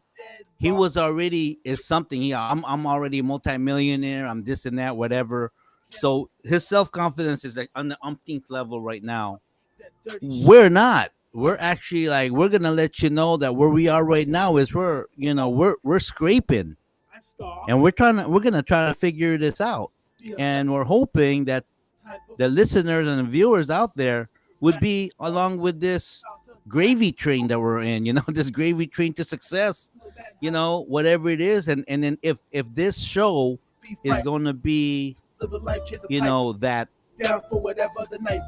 visionary that's going to, like, as we do this, as we prolong, we start to succeed and we start getting monetized and we start, then maybe our speech, and maybe we're not going to be as I call it, man, self-defecating. Hey, We're not going to keep shitting on ourselves so much. I just seen this funny Source Jedi says he hate against Danish. Oh, I thought he said he hates. I thought he said he hates. Oh, but it's funny. funny. Yeah, Hate it's funny. against Danish. Hate against Danish and Oh, yeah. Norwegian They probably people. yeah. But that's What's the last word I can hear? people he. But haha. Oh. But that's what I'm saying. Like, I think over there they don't do the white. Like, they don't call the other person white. I don't think they even know it. I don't think they really know it. Or they're Asian. They're their actual descent. Like they're their actual Danish or Norwegian or Polish. I think the reason why in the U.S. it's like that is because we're all pretty much immigrants over here, But I think like country like Sweden, maybe they got some originators over there, and they saw they've been around way longer than the U.S. I mean, so I don't know. They're not as fucking brainwashed and shit. They probably got. I could definitely live. Probably not. I want to live there. I want to live in a little goddamn. But you know what? When I look at that, you know what? I think of Hansel and Gretel. And like eating what do you call that? What the fuck? Danish. Yeah, eating a Danish. Or something like that. Something because I heard that their desserts are the bomb. Like freaking chocolate and shit. But yeah, when I see that, I heard that too. I see the little country towns. Yeah, I see the little towns, and maybe you live in that little town, and maybe you have a mom and pop restaurant or a place you go, and the sweet old lady that owns a shop and her husband, just a sweet, and they're so cute. That's that shit though. That's that doing it right. Like that's what I like that. Yeah, I had a small glimpse of that, man. One of my fate moved around so much, but 90s Elko, Nevada gave me a sense of that. When you watch the movie Sandlot, yeah, any Sandlot watchers out there, that good American feel with L7 weed, they're like the lawns, and they're just like running freely and everything, and all the kids, and man, that's how I swear to God I had there was probably like 2 or 3 summers of my life that I could say were like Sandlot summers. Like looking back, that's and beautiful. Man. That feel, I had that, bro. Yeah. Like I at least, not saying that I had that like Peachy Keen with the fucking how, but I'm saying that feel. Yeah. That happiness, that childlike feeling. Even for the new kids, man, that scene in Get Rich or Die Trying. Let's rough it up a little, son. That scene in Get Rich or Die Trying, when after 50 gets shot and all the fireworks start shooting up in the air. I think it's in the beginning, something. That's the way to live. When everybody's out in the middle of the street in Queens or whatever, and it's just like fireworks, and they got the fire hydrant out there, and the kids are playing jump rope. That same shit, like that same shit, that shit. You know what? It'll be perfect. Like they have here in Hawaii, they have what they call Aloha Fridays. Pauhana means done with work. Aloha Fridays, right? And in my mind, I go like this. I see us owning like a row of homes in a cul-de-sac, like you, Don Beanie, whatever, living there and everything. And we never lock our doors. My doors ain't gonna be locked. Like your kids, come in Uncle Ray's house. Fucking take whatever you want on the fridge. I don't give a fuck. Whatever. If you need a car, go ahead. Whatever you need. Just make sure that you keep my shit neat, because we're a bunch of tidy people and everything. But you can come into my house, freaking go raid the fridge, whatever, in and out, whatever. And I see that like we all like, no one's ever gonna go hungry. Like every night, there's a place to where you can always go and get something to eat. Like we'll never run out. Like we'll always have the best trees to fucking smoke out and freaking talk about our freaking dreams and everything. Go in the backyard and looking at the stars and shit like that, smoking our trees, and freaking just being inspired by life and everything like that. I see that living in a nice cul-de-sac where we feel secure. The kids feel secure. They can freaking run around the whole block, the kids, until they're tired. And never feeling insecure like, oh, my kid's gonna get kidnapped today or someone's gonna show their dick and see all the sexual shit. Ain't gonna be none of that. Like I'm scared that my kids may be caught up in a crossfire or something like that. I don't want to live in. I want to live in a place where I can see like cul-de-sac. We all lived in nice homes and everything like that. And you're welcome to mi casa su casa, man. No deal. I mean, you want to eat? Hey, man, make yourself something to eat. Make yourself a sandwich. You need some vegetables or whatever. Go in the backyard, man. Pick you wanna smoke the finest herb, man. You know where my stash is. Go over there, man. Grab yourself a freaking a quarter pound or some shit like that. I don't give a fuck, But that's how I want to live. Yeah. That's how I want to live. Like no stress, man. Yeah. And live, and I don't got to worry about that. I don't got to worry about that because I live in a secluded place and everything, and I'm still gonna lock my motherfucking doors. God damn it. And well, I don't like that. I'm at the point where like this. Look, man, if you want to steal something, just freaking take it because I can always replace it. Oh, But if you want to kill me, literally, okay, there's this place, Oasis, Nevada, you guys, and I don't even know. It's definitely on. I don't know if it's on Google Maps. We should fucking hold on. Let's take a goddamn history lesson down the. Hold on, guys. Bear with me.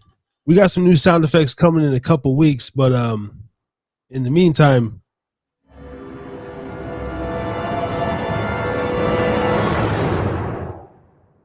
Harry's random screenshot of the night. All right, hold on, man. I gotta see if this is a real thing, Ray. I've been doing some research around the area you live, man. There's a lot of like really interesting. Okay, guys. Even where Jonah lives. Okay. This fucking place right here. This is literally Oasis, Nevada on the map. Y'all don't even know. This is a fucking man, so many memories, but it's pretty much a nothing at this point. This place right here has not. This was open one time when I was a little boy for like one summer, right? Now I'm trying to get some aerial views. This is all dried up over here. This water, that's not even there no more. But oh, for real? Oh yeah, it's done for. But I'm seeing if they got some aerial views. But what I was gonna say, is that like government owned? Because I know 80-something% of Nevada is government owned and shit. Yeah, this was all not to my knowledge. This is all public land, So this was a trailer home, right? Hold on, I'm trying to get an aerial view. Damn, bro. Because look at, man. Hold on. Ain't nobody. Oh, if nobody got the aerial view, I'm driving. I might drive out there this week. No bullshit. And get some aerial footage. Because the place is set up like a fucking like the what's that movie? Circles? Crop circles? Oh, right. Oh, ain't nobody got no footage. See, this is what I'm talking. Is that the one you're talking about where they have different shapes on the ground that when you look at it from a bird's eye view? But this place, right, kid, the story of Oasis was the person who built it, whatever, back in the day. See, man, damn, I'm going to do a documentary, bro. I'm going to put on for Nevada, bro. Nevada needs like a Netflix series. That just every state needs their own series because of what every state possesses and the people in it. But look, okay, fuck that. I'm gonna go out and fly my drone in Oasis, Nevada, because look, it's shaped like a in the big old circle is the mothership, and we used to live in these things called pods, and it's this big circle, big old green electrical box in the center of all of them, but all around them there was trailer homes, and there was about 1, 2, 3, 4, 5, 6. To my knowledge, maybe 8 pods, but definitely 6. I lived in the first pod on the left, which was the most poppin'est pod of all time ever. Everybody knows that. And I mean, is it like just you guys there? Like, so you guys all knew each other, man. So this is what I'm saying, right? The fucking thing that you just mentioned. Okay, we're gonna fucking buy. Look at this. There's a number right here. That's what I'm saying, bro. You could buy this whole shit. 801-254. 2140, bro. Let's do it, man. Let's buy that whole fucking land and shit. This is part of my man. And then we'll just create modular homes and shit. Yeah, they're already out there, but you could bring your own. They already got the setups, right? But the point is, like, back then, this was a thriving community, bro. And every pod was almost full. Ours had about 6 at one time, but right. And man, I'm talking about, man, lost my virginity. You must have had some fun childhood. I'm talking about, man, all the kids would sleep out in the tents, man. We'd be fingering. Hell yeah. I mean, and then not only that, too, you could go to different homes and taste everyone's different style of potato salad. That's fucking heaven, dude. Bro, like, oh, and Sherry got this potato salad. She puts a little cinnamon. Oh, and she puts a little pickles. I love that kind of communal shit, man. So upon driving in, they ain't got no good pictures, man. Oh man. So guess what? Guess what Harris is drinking? Yeah. Guess what Harry Vision footage has to do? Yeah, you have to do that, man. There you go. New project. I think I almost remember this home. No bullshit. Man, that must have been fun. I mean, the kids get to like have their tents on the outside and shit, and just use your imagination. Somebody post this. Matthew Roth. Who the fuck is this? Taken on August 30th. I grew up here from 4 to 13 years old. My parents were part of a commune that relocated to the desert from the California coast for multiple and complicated reasons. Most of my first memories were of this land, including of this truck stop that we had fixed up and run. Those were the son of a bitches that fixed it up? Okay. We just call it Oasis, like the exit in the sense, blah, blah, drive by. Okay. Storage unit. Okay. Matthew Roth. You see, he's claiming he fixed it up. But at one point, man, okay. Now let me stop sharing this. Let me just tell you for 2 seconds, Ray, and the people listening, man. A lot of dark things went on in Oasis, Nevada, and a lot of oh, sorry. That's why I need a Steam Deck. A lot of dark and eerie, traumatic things happened to myself and other kids out there. We're not going to talk about those things right now, but we're talking about the good times, because that's all you can focus on is the good. And you guys must have had some major barbecues. I still remember names, bro. Okay, picture this, bro. You want to know the name of a dope ass couple, and it's like the most all-American couple. They were pretty nice as fuck. They actually came to my mom's rescue when she was getting her ass beat by my fucking stepdad, piece of shit motherfucker. Fuck you. Dottie and Dell. Dottie and fucking Dell. If that is not the most American shout names you can think of, shout out Dottie and Dell. The only thing I remember them, and to my, I'm not even gonna speculate who was Dottie and Dell. You think Dell was the guy? I in my kid brain, it could have been backwards. That's how I recognized him, but Who gives a fuck? They're male and female, and they used to always wear those like denim, like thin denim shirts, just like this, like plain denim, matching all year. Dottie and Dell, like husband and wife. This dude would be out there like fucking sprinkling, watering his yard. Brent and Judy. Shout out to some of the kids out there, man. Rest in peace, George Baker. I actually brought him up briefly. One of the blackest white motherfuckers that I knew. And he always said that he thought he was supposed to be born black. And that was the first kid I ever heard say some shit like that, man. I was the only black kid out there, And oh really? TJ Moore, Hayden Pattonay, Sienna Pattonay. I rest in peace. One of them, damn, I think she passed away. One of them passed away. I think Hayden passed away. I don't know. Bryant Pattonay, man, you had Tristan, Tyrone. Tyrone was a white boy. Oh, and then check this out, bro. Tyrone Jones. His name was Tyrone Jones. Jones is white as fuck. He was the whitest white boy. Because the family. What's your name, Tyrone Jones? Because it was really your name is Tyrone Jones. Tyrone Jones, man. Anybody? Oh man, we need to go down memory lane. That's to Tyrone Jones. Damn, I bet you he's proud of his name. Hey, Source Jedi, man. Thanks for tapping in, brother. Get some rest. All right, brother. We'll see you next week. Yes, man. Episode 30, and we're gonna have some clips dropping this week, man. Salute to you, man. Drop another one of those cruise bombs. Source Jedi. All right. Oh, hey, that's another thing I had for you, Source. Stockholm. If you're still listening, like, because I want to get all these sound effects, right? But what if Source Jedi? What if we get you a special sound effect, brother? So every time you sound, it's like,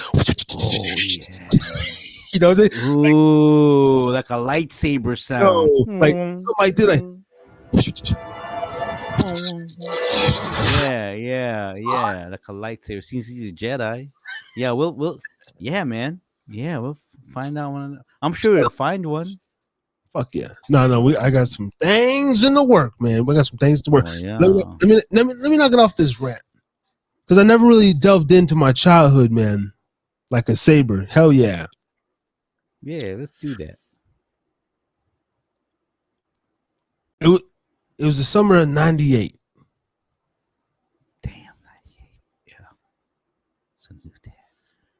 Yeah. My world flipped upside down because look, you drive past there now and it's like, are people alive inside those dilapidated fucking trailers? What? It became like a ghost town? Are you saying? Oh well, it was a ghost town to begin with, but like a ghost town, like even a ghost town, like no, there's no services. This is what I'm saying.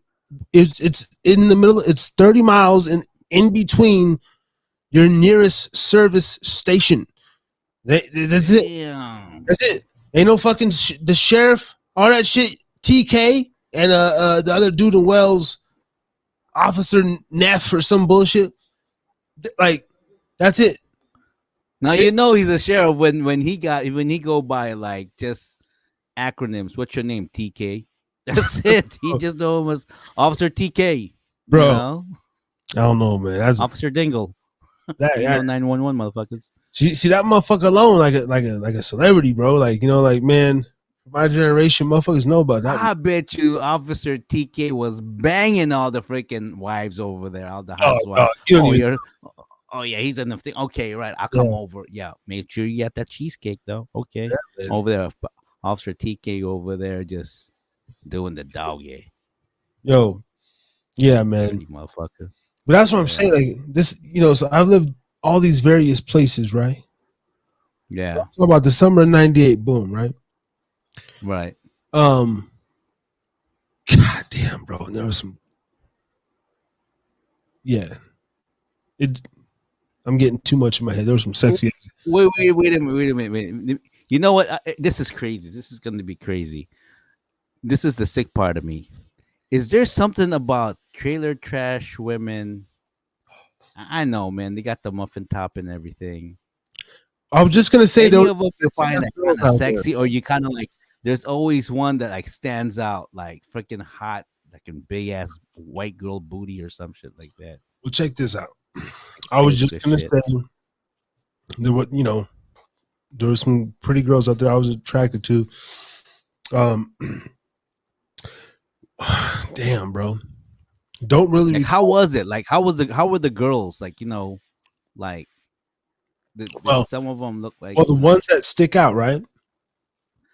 Yeah, there's always a couple of them that Bro. sticks out. Now And I'm not talking about sticking out like one is like super beautiful. No, maybe one got like really nice perky tits, and the other one's got ass. the one that sticks out the most. I don't want to mention her name, or maybe I should because I don't want to me too her. The one got ass. I don't know, man. I got like a little freaking white Do you trash know? fetish or Do you know something. what you did to me 28 years ago, bitch? It was Wait, who is this? Wait, who are you talking to? One of those trash girls from the pod and shit. This particular girl wasn't trash, man. She was actually sexy as fuck. And Oh, I'm just saying that as a term, but I'm pretty sure there's a lot of them. No. I'm not even capping. Like, this bitch was mean, evil, bro. She like really tormented me and kind of bullied me, dog. She really did, bro. She was like 16, volleyball, like stocky bitch, like not like sex, bro. White girl. But anyway, She kind of stuff. Well, kind of like that too. She a Kind beautiful of like girl. strong. I would, like sexy I would husky. lay, Ray. I would lay. Yeah. I'm not gonna mention her name. Those who know who No. Don't mention no names. Don't mention no names. She may be a mom now, kids. yeah.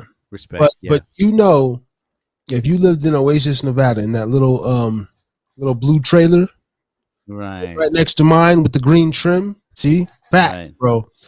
One night, her and her friend broke in because I knew where my stepdad, piece of shit. I used to, call my stepdad. He's a fucking, faggot. But yeah. he used to keep the porn stash on VHS. Right. I knew where he kept them, up in the closet behind a little shirt and a little fucking ammo and some bullet chains and shit. Yeah. Mhm. And but I showed them one night. Okay. Now, Right. her and her friend would watch them sometimes. This bitch was mean, bro. She'd like send me into my room. Her and her friend would be watching yeah. Fuck yeah, Chino, man. I'm getting personal, man. Fuck stepdad, bro. Most stepdads ain't shit, man. This dude was a piece of shit, man. But anyway, So she would watch the porn. no, man, dude, she was a mean bitch, though. But anyway, without getting too much in my shit, man, you did sit in my face. You were mean to me, and I think this is where I got my fetish for like. Wait, hold on. Wait, were you like 10, 11 years old, or 12 years old, or 13 or 14 years old when this bitch 11. sat on your face? Yeah, Huh? I was 11. You were 11. Okay. And this bitch sat on your face? Well, This yeah, 16-year-old? Oh my God, that is a dream come true. Yeah, no, it is. Like, the But smell of coochie in the but- summertime. but in it- that hot desert Ray, summer. Ray, Always. Oh, yeah. What? Well, when yeah. you're getting not the way she did it, bro. And I'm not gonna act like I was this big tough guy. My mom worked nights, right? And there was already this thing, and I was, on medication and shit. And I was a really dark kid, bro. This bitch was mean, dog. Like it's not like a I was having this fantasy with my babysitter, dude. This bitch was like a mean bitch, dog. You know what I'm saying? Like I felt like she Right. was sometimes she wouldn't feed me, or saying, dude just mean shit, right? I had a couple of Right. those babysitters, bro. Real shit. Punk ass bitch. Yeah. No, I had a couple of the, you couldn't. Now you could text your kid on your break and all this shit. Like it's not. Right. Right. It's still going You didn't on. have that. It's like, Yeah. and back then, there's another one too, Lisa. She spoiled me at Toys R Us one day, but I got another. She would smoke cigarettes and she was like the old haggy bitch. And I seen her titties walking in the bathroom, but I digress. Hold on. So I seen a lot of weird shit, right? These old ladies, she like, and yell at me and shit. Anyway, but this main bitch, this trailer park bitch, she was a nice one. She was like hot, you know what I mean? Mm-hmm. She went to West Wendover fucking high school. I mean, Mm-hmm. you can look it up. Put nobody on blast. That's all I'll say. But anyway, but she was one of the sexiest bitches that ever came out of there, right? Now, thank Okay, you. wait, hold on. Okay, when you say sexy, you're a little too general. Can you like come back to it, but explain to me the sexy? Because your boy have Okay. I'm a different. I have a different understanding of sexy. Nah, I know Like you do. I know you do. But what I'm So saying I is, need you to explain what the sexy in a way like. well, for that era, she was the Mandy Moore's, Britney Spears kind of like look, just blonde, and I believe she was from Arizona. Yeah, Okay. her family All owned some little ranch, whatever. They had some horses. Right. Would go horseback riding, right? Right. But because I like white girls too, Oh yeah, man. White She was girls a are hot. sexy, Fuck yeah. like blonde, stout Yeah. tits, nice little body and everything. You know what I mean? Yeah. Wild little bitch, man. Fucking one of the other dudes. But her and her little friend used to, do some little lesbian weird shit, watch porn. One night they broke in, stole the pornos and everything, and yeah, man. It was, Did you see any toys or nothing like that, or any equipments? no, no toys. Not from them, or Okay. Not for them. Okay. Nah, hell no. I remember opening up a drawer when I was a kid, Uh-huh. seeing some shit in your mama Oh drawer. yeah. And you went, Oh, what the? okay, hold on. But for the most part, there were not. This is not a place where like sexy women or anything were living. You know what I mean? Sure. Definitely like some cute-esque girls. You know what I mean? One chick, like I don't know, Mariana or some shit. I remember she lived kitty corner. Boom. Man, I mean, if you're 11, 12, 13, 12 years old, something like that, you're already pulling on your dingleberries. Nothing may come out. Like, I was like, okay, what? Jacking off? Okay. I don't really understand it, but fucking feels good. You're already pulling on your dingleberries around that age. You're in your perversions in that age. I mean, we're men. Come on, man. So continue on. By the way, I'm sorry. Continue on with your story with the sexy trailer trash house. Well, we got side. You're the one who brought up the sexy trailer trash, and I started to get a little personal on my. I know, man, because you have. Okay, go ahead. Continue on. I'm sorry. I was just simply speaking about Oasis, and this is still on your dream, right? Okay, I'm talking about you pull in, like it's a long road, like quarter mile from the highway. Mhm. So, and there ain't no other way. There's only one way in that motherfucker. It lets you go off-roading through some barbed wire, some crazy shit, or drop in on the helicopter, which we can do because it's basically like a helipad, but it's it's pods, bro. Right. So you drive in the quarter mile road, and about a half mile, they're old, like it's not in service, but it's a building for a store, gas pumps that haven't been in use for 20 fucking years. But it could be remodeled. Now, right side, pod. It's like, okay, it's one just like straight line, then you pull in, pod. So it looks like a crop circle. Right. Just like the sign, the crop circle. Fucking Right, aliens. That was the story for it. In the middle. And then they got tree line. They call it the tree line, for the fires, whatever, right? Now, when we were kids, when the earth was good, the tree line was like lush. I swear to God, bro, it was like you could be like in a Nevada desert. We would go to the tree line, and it was like some like Louisiana, like there was frogs and crickets and all sorts of crazy shit. Oh, really? Yeah. Right. And in just a few feet, because it was supposed to protect the actual trailers from a fire, because it was it kept it wet, and there was a little stream and all this shit.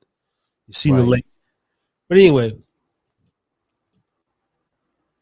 you knew everybody, man. There was, let's say, 6 pods, no more than 6 trailers per pod. So let's say 36 trailer homes. You got 4 families, so 6 per home. 4 of them, yeah, 4, yeah. So you got 148 people or whatever out there. 150 people. So everybody knew each other's business then. I mean, I was a kid. I mean, well, yeah, just based off of, I could imagine what the adults, Jesus Christ. But it was popping. I'm talking about you either worked in Wendover, worked in Well. The kids either went to Wendover, You know, boom. Wow. It was, I mean, it was popping though. At that time, before old fucko started treating my mom's like shit, I thought it was cool because I ain't never all I lived in was the little little 1-2 bedroom apartments and just more trade like single wide. We moved to a Mason and got that double wide. Right. Like, whoa. Boy, let me tell you about a motherfucking hillbilly dream, goddamn it. You get that single wide to that double wide. Now I've always talked about owning me a triple wide. Ooh, As soon as I get that triple wide, goddamn it, boy. I'm gonna have that shit up on the motherfucking bricks. Goddamn it. Ooh. And build me a porch sitting on a goddamn 1.5 acre, 2 acre. Ooh, it's gonna be sweet. Ooh, it's gonna be great. But anyway. But yeah, man. Yo, man, we had a pit bull named Jesse. Goddamn, you got a pit bull name. Yo, I wrestled with that motherfucking pit bull, bro. Like, and that's the thing too, man. I remember back in the day, dog. Like the men, I was shown by other men. Like we would go over. I'd go over to my friend's house, right? Mm-hmm. He would have a dog, and it was like a thing though. Like sometimes you wouldn't want to go to your friend's house because you would have to like wrestle the dog, or you know what I'm saying, like. I don't know. Nowadays, like, put old Bruce, lock him up. We have company. Like, I swear to God, bro, it's just like back in the day. Back then, you go to someone's house if their dog sniffed your nuts. Well, the dog just sniffed your nuts. I get it. Yeah, like you just gotta be like, let the dog know you more. Bro, there was this one. His name misses me right now, but he had a Camaro and a German Shepherd. It could have been a Rottweiler, but I think it was a German Shepherd. Right. I think it was a Rottweiler. It was one of the two. It was a brown, mean son of a bitch. Well, if it's a German Shepherd, it had big ears. I think if it was a Rottweiler, it had a very big face, like square face, like black and like a black and brown. They're beautiful. Because I've always wanted a Rott, but he was a mean fucking Rott. He kept the son of a bitch in the cage, bro. We used to go over there and get a little, weed, fuck around, do our little shit, and he'd give us cigarettes. This is the first time I seen a motherfucker out like rolling top paper. He'd roll his own, bro. And I could never figure this shit out, man. I always have, every time I go like 11, 12, like puffing this fucking natural tobacco, killing my throat. And anytime we fucked around though, bro, like one time, and this is a sadistic nature of adults. Like I don't have the courage to ever like really. I don't give a fuck about someone else's kids, period. Honestly, so yeah, I don't really get myself in these weird situations, but like I don't, I remember specifically one time went over there. This motherfucker gonna let the dog in, right? And we're scared shitless because I don't know. I just hear stories of the dog, like in Sandlot. The dog, like I forgot the name of the dog. Yeah. All he do is bark, bro. And he like he gonna eat your ass. And this son of a bitch just hold that over our heads, bro. He had all of us. I remember, man, there was 3-4 of us cooped up in this little trailer bathroom, dog. I swear to God, one homie on the little fucking sink, one dude on the toilet, other guy in the bathtub, bro. Acting, oh man, scared shitless, bro. A little bit of pee came out my shit, out my dick, bro. Dogs at the door. I thought, like, I'm gonna eat us, dude. Don't know what the fuck. Like, just hope he's playing. The fool was playing, bro. But like close, opening the door. The motherfucker scratching through. Like you're like sadistic. Shit. He coming. Big ass dog. Yeah, bro. You're like 27. You're like 30, bro. Scaring like some 12-year-olds. Pussy ass. Yeah, bro. Right. Damn, sound like you had a very interesting and fun childhood living in the Oasis, the pods. I did. Yeah. I'm experienced. And now I feel weird about divulging all that information. Now I'm gonna shut the fuck up. Would you change anything at all as you grew up? Or would you would never change anything completely?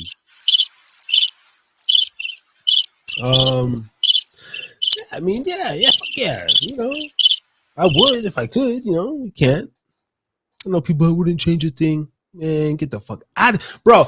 I changed so much shit, dog. Okay, first of all, there's so many times now looking back as a grown adult where because we all want to think that we're the shit. Bro, it's a learning process, learning how to talk to women, homie.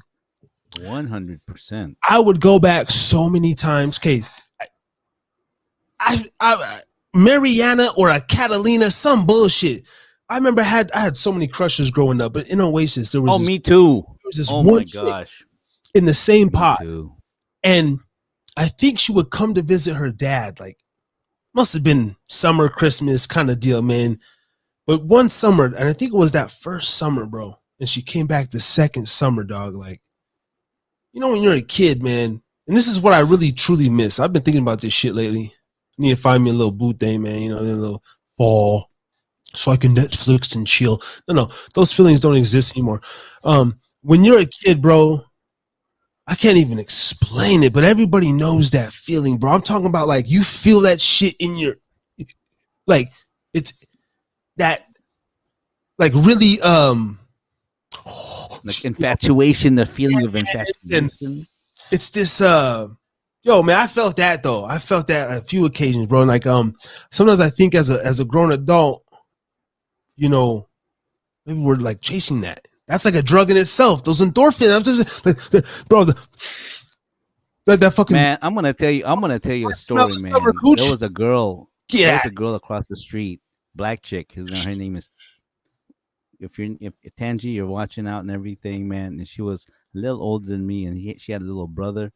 Tangi was I didn't know what the fuck, I just thought that this is when I knew your boy Harry's had drinking something again. for like Okay. My taste in women is BBW, man, no matter what. And I thought I was like, there's something wrong with me. Like, why is it that you like, like you put me like you have 10 girls and you okay, but that's the one I'm gonna choose. I gotta ask. I don't know why. But see, every man's preference of BBW is a little different.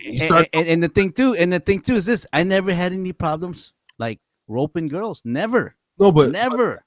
But how thick is your? Because let's keep it real. There's some guy. No. I'm not gonna say no. Okay. Okay. Now to explain this. There's certain levels of thick. There's the sloppy thick. That's the one that's the bitch that just basically eat bad and shit like that, and they don't care, whatever. Baby D. And then there's the one that's like chubby kind of thick. Like she's just not. She's just not a size 4. She's more like an 8, 10. That kind of. She got meat in her bones. That's the thick I'm talking about. Like that Latina chick, that Latina thick, sister thick, that kind of stuff. Maybe German women. That's why to me it's kind of like, I hate to say this. That's why when I went to Hawaii, I seen some Asian women here with asses. I'm like, say what? Okay. Wow, they grow asses up in here. Okay, hold on. Okay, and that's okay. I get what you're saying, but I want to redefine it, man. Because honestly, man, thick is different than chubby, and chubby is different than fat. And fat is different than a obese sloppy bitch. And okay, there's a fat, because there's a cute fat bitches and there's a sloppy fat bitches.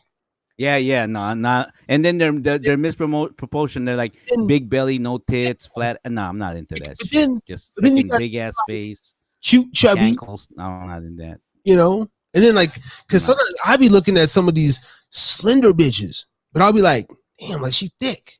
Because it's not all like whole like put together. The goddamn just tightly compact like volleyball players and softball players, like thick bitches are thick. But they're like, I'm more like I like the gymnast, softball player, thick. That's pretty thick. But don't get it wrong, like Tony Ayo, love me a fat bitch, man. You just got to be pretty and smell good.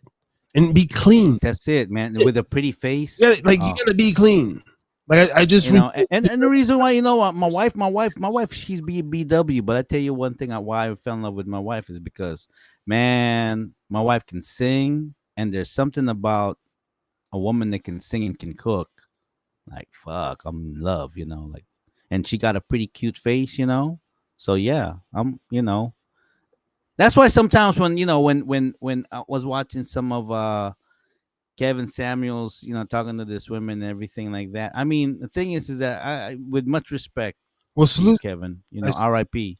I still salute him though. Overall, I do salute him. I respect him because he checked a lot of women that need to be checked. That well, need to be like wake up hold on. and smell the motherfucking coffee. Before you go where I think you're going though. Come on though. Like I said a few weeks ago, man. And even Chris Rock says it, man. A man is only as faithful as his options, period. I don't want to hear all that. The woman you met when you're 19, man, if you get a little bit of Nah, man. No, seriously. you get some Hollywood coochie thrown at you or some crazy shit, I would expect you to cheat. I would expect you. I would be like, that's cool. Now, like that's if they say the woman is out there giving you the thing, and then just saying, like, then the thing is this: what if she just goes over there and just grab my balls and tickles it? Oh, I'm over it. that's what I'm saying, Hit man. my weak spot, bitch. I'm going down. You hit my weak spot, bitch. Well, the only reason I say that though, I mean, because even the Kevin or whatever, it's like, I get, he does come from that other place. I understand what his taste in women. I get it. I get it. I understand that. But I also understand this being married for over 26 years is this. You know what? There's something about women. They're not going to stay the same. But there's always that stage in their life where, there's something about them, and they have to know this themselves, to where they stay sexy. Like okay, I'm gonna tell you this. Like, I can't stand the bitch who knows she look good and tries hard to get like the whole hair extension and the whole nails and fake eyelashes and all the bling bling and all that stuff. And even if she's thick as fuck, that kind of shit to me is like, it's not attractive to me.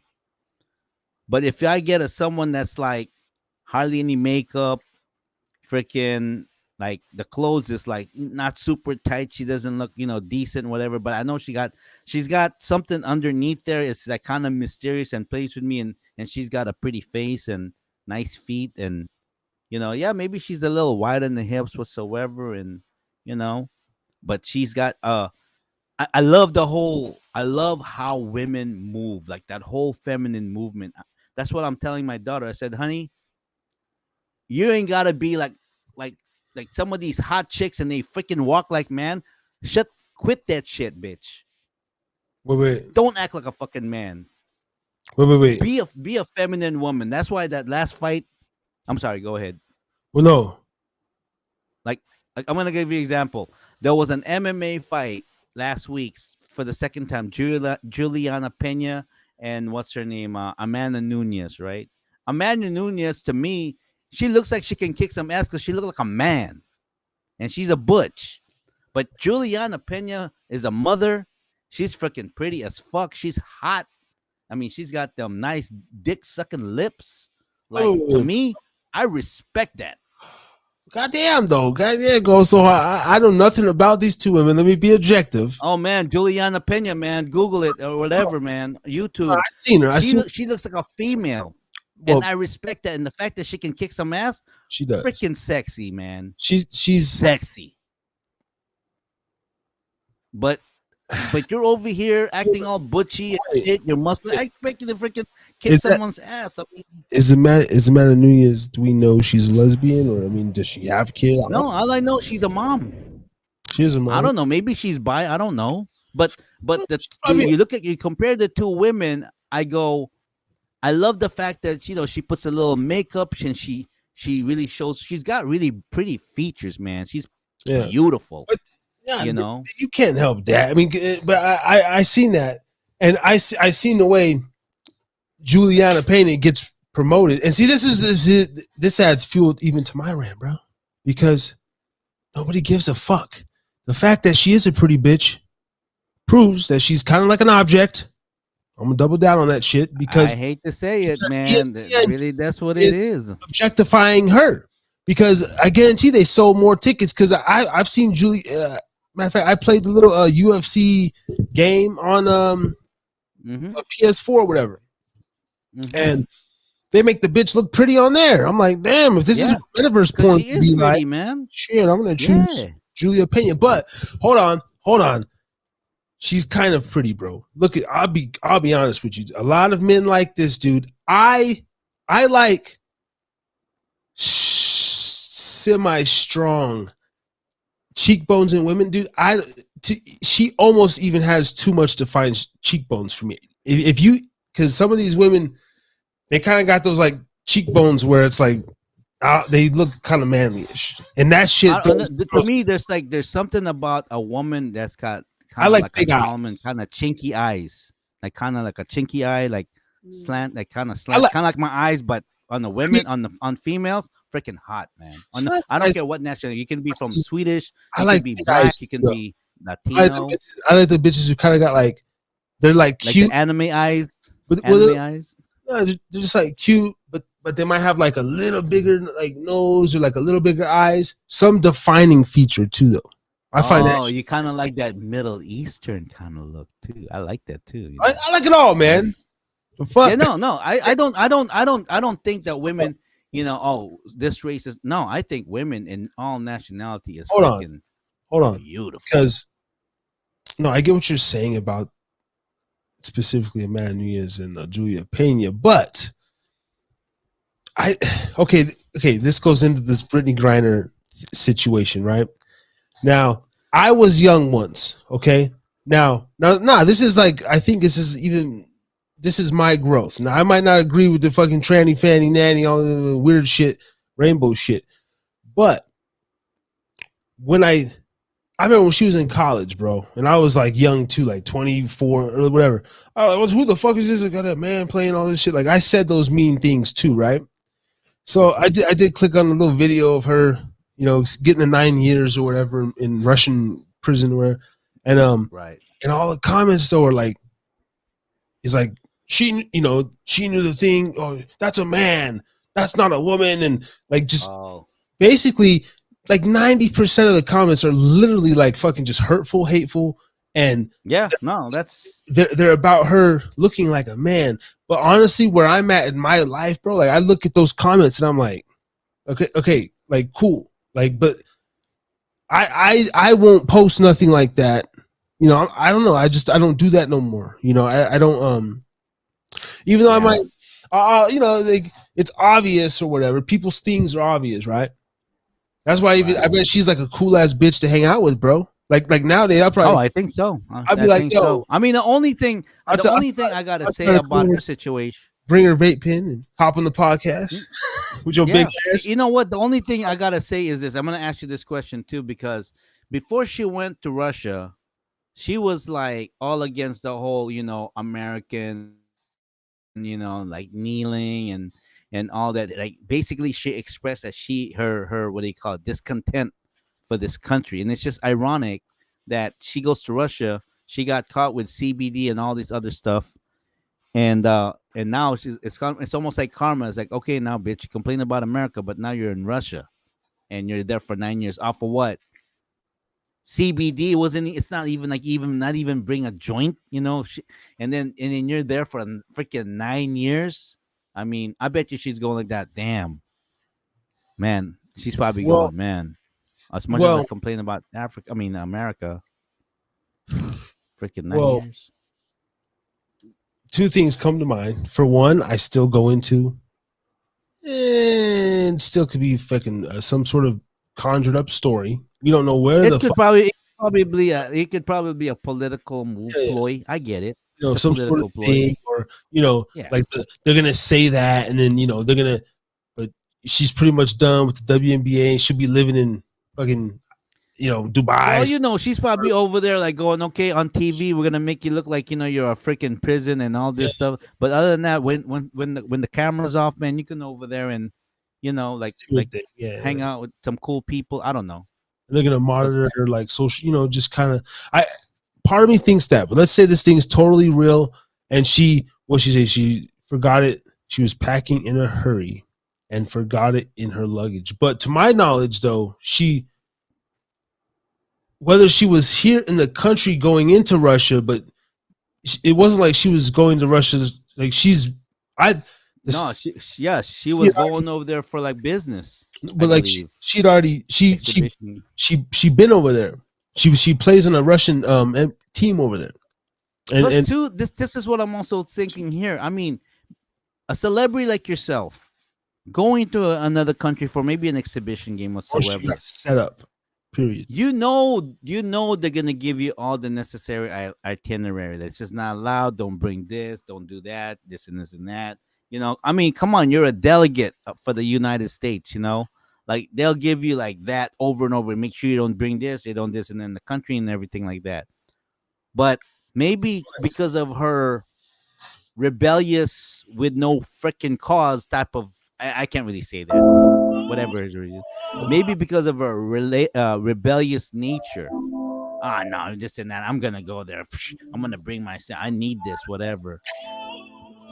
And then look what happened now. All this time she's always fuck America. America sucks. This and this and that. This and that. This and that. Yeah, yeah, yeah, yeah. Because she doesn't know anything else, and because she fell into the whole media hype, the bullshit, BLM and all that bullshit, and all this things that's going on in the country. Oh yeah, this and that.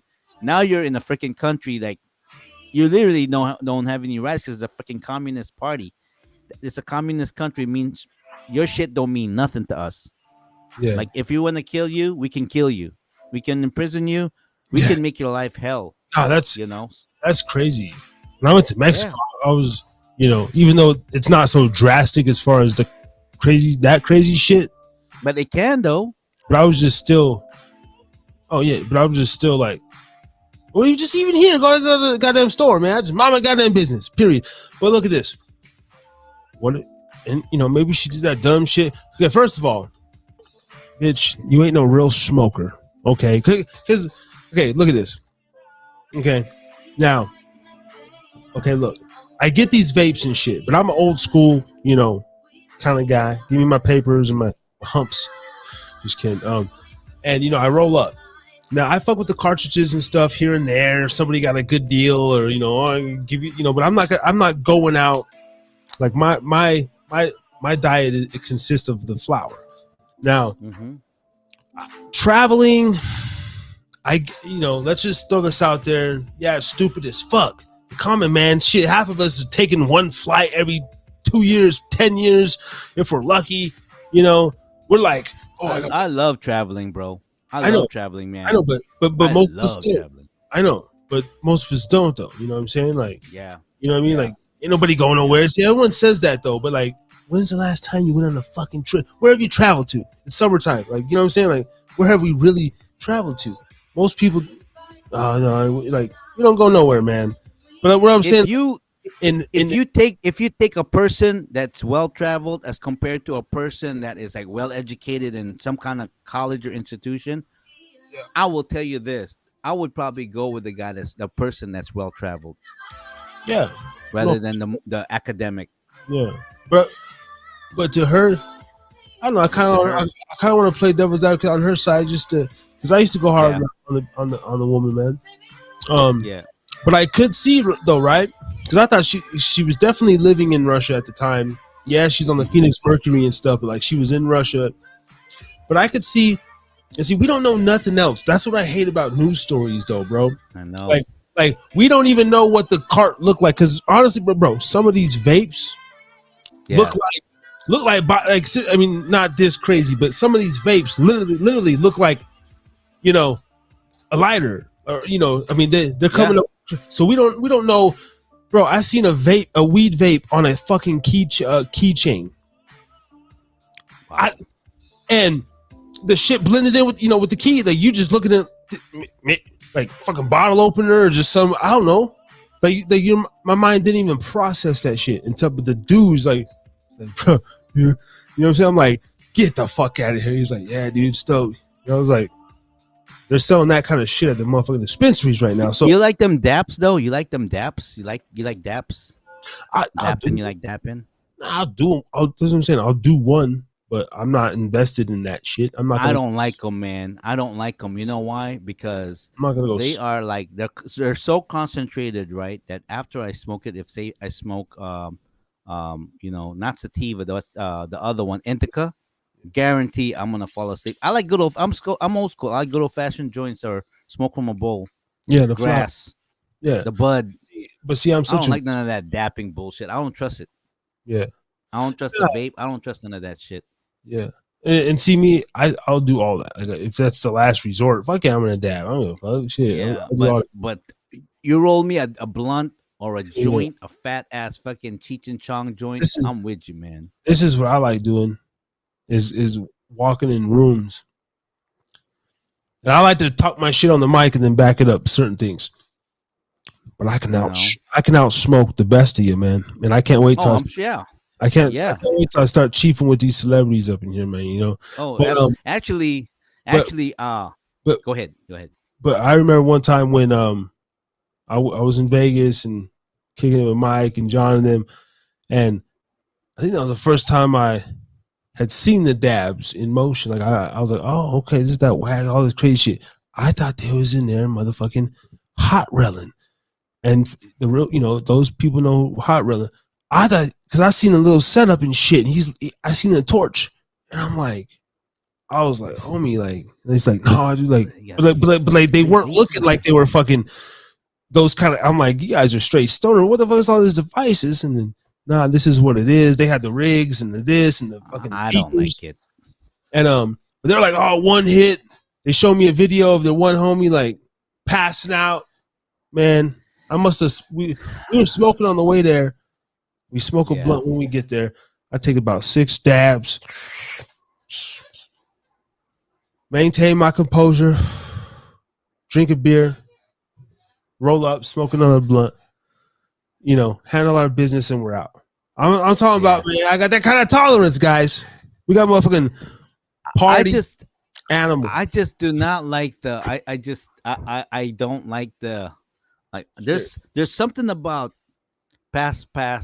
Well, there's something about puff pass. There's something about spiritual about being in a circle of people and just token together on the joint. Like you have one that's going clockwise and the other one going counterclockwise, and then hot boxing a place. There's something very communal.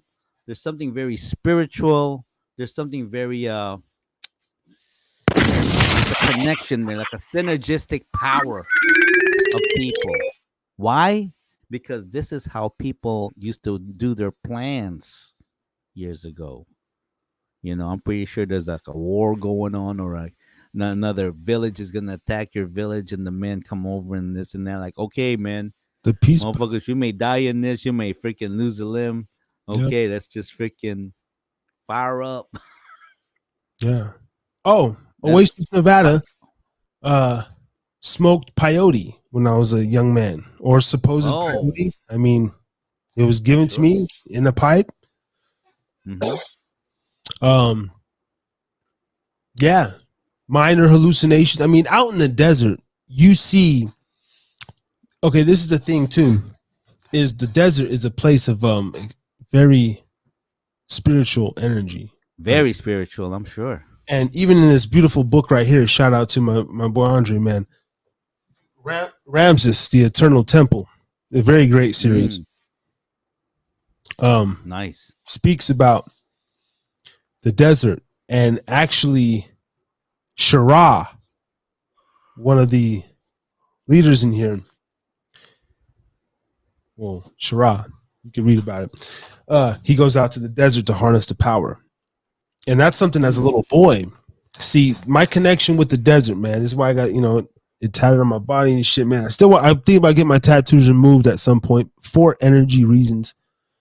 But the same reason why they're on, they provide me energy too. But anyway, that's another thing. There's something about the desert, bro. Mountains to nature in general, with the desert. And whether we're talking Skinwalker Ranch, whether we're talking Area 51, why did the government choose to use up Nevada? It's not just land, space. These motherfuckers thinking numerical terms, metaphysical terms, all sorts of occult terms. Like man, these motherfuckers got dimensions in the sky as to why they need that crater lake and all this Groom Lake. Lake Erie, you know, Right. whatever.